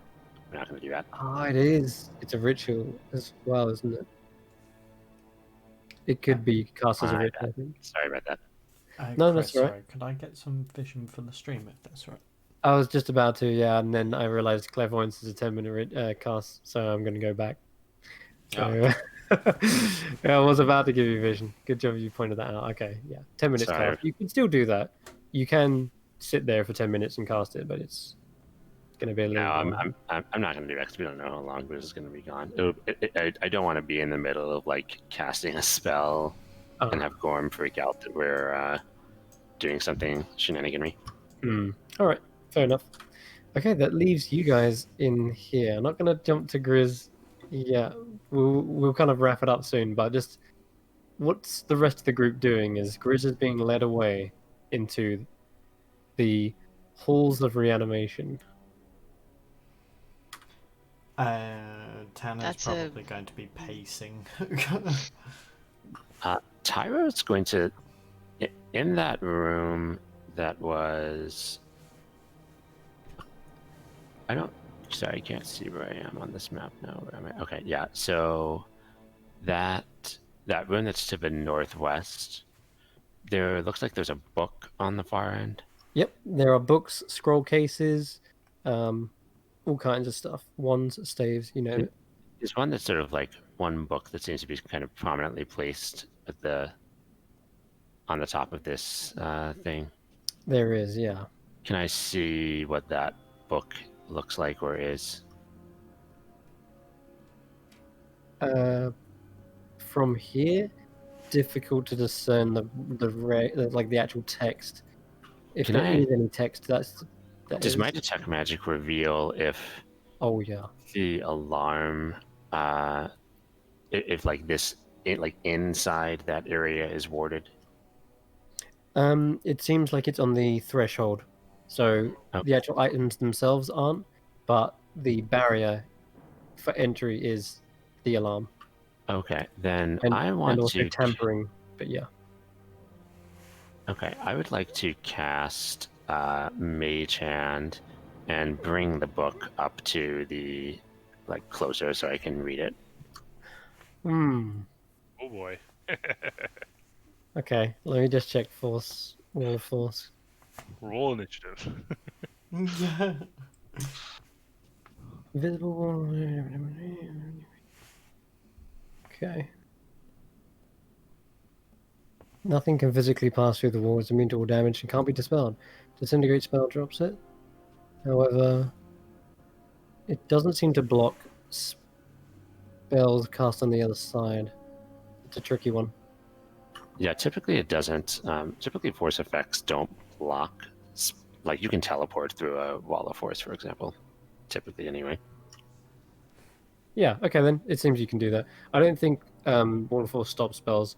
I think that's another spell I'm thinking of, Globe of Invulnerability or something. There's, Sorry. like Resilient Sphere, for example, specifically says you Right. can't. That's right. Like that doesn't work, yeah. Okay, so in that case, there's nothing stopping a Mage Hand picking up the book. All right, that's something I didn't anticipate, but old Mage Hand coming in. This book? No, you meant the I'm other sorry. one. Was that also a book? No, it's a scroll. I just don't have a book. Well, let me, I guess, ask you this: are these just sort of decorative, or is there actually like a couple of books No, there are. physically on the top that are more prominent than the rest? Yeah, for sure. Okay, You yeah, drag this. Whichever you one sort of drag- looks most interesting, that's the one that he's most interested in first. Okay, so you do pull the book off of the actual stand. It is a stand on a shelf. It looks like it's been specifically placed there for it. And you are getting all kinds of magic coming from it. I'm not sure it's the specific school, but as it approaches, there's definitely kind of like a glowing circular gem encrusted into the front. Oh my! Uh, He's increasingly interested in the contents of this book. His eyes go wide as the book approaches, bringing it towards him, like Aladdin in the lamp, just closer and closer. And just as the book reaches the edge there, you suddenly hear again a loud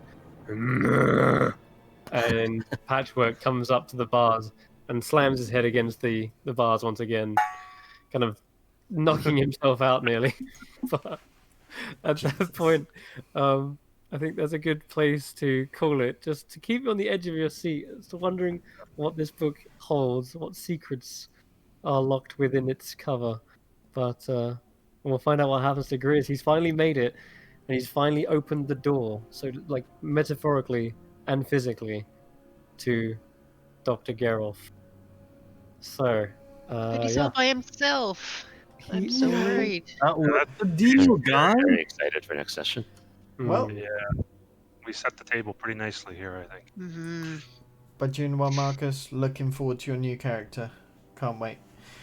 I was thinking, like, nice to be a rogue in this place. Oh man! In fact, just the last thing for the stream, I will drag Grizz onto the layer, just so that he can see what's going on in here. All right, Grizz.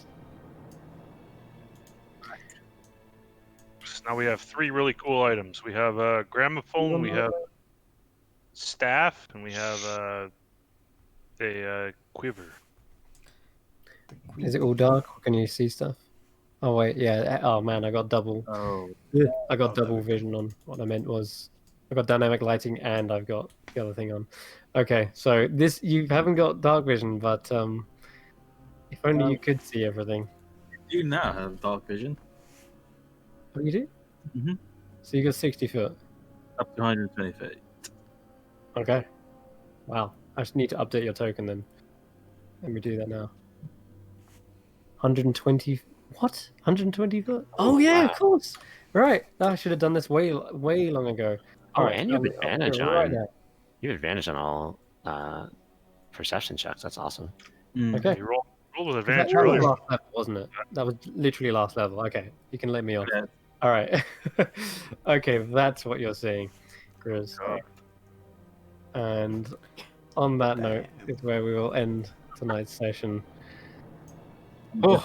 I guess it doesn't go here very often. No, he's not usually the mop up guy in this aisle. No. Oh That's my it. god. You're just Oh. entered Frankenstein's lair, Marcus. Yeah. Yeah. Like, Grizz is zombie. Grizz a flesh golem? Like, what is Grizz? I don't know. What is Grizz?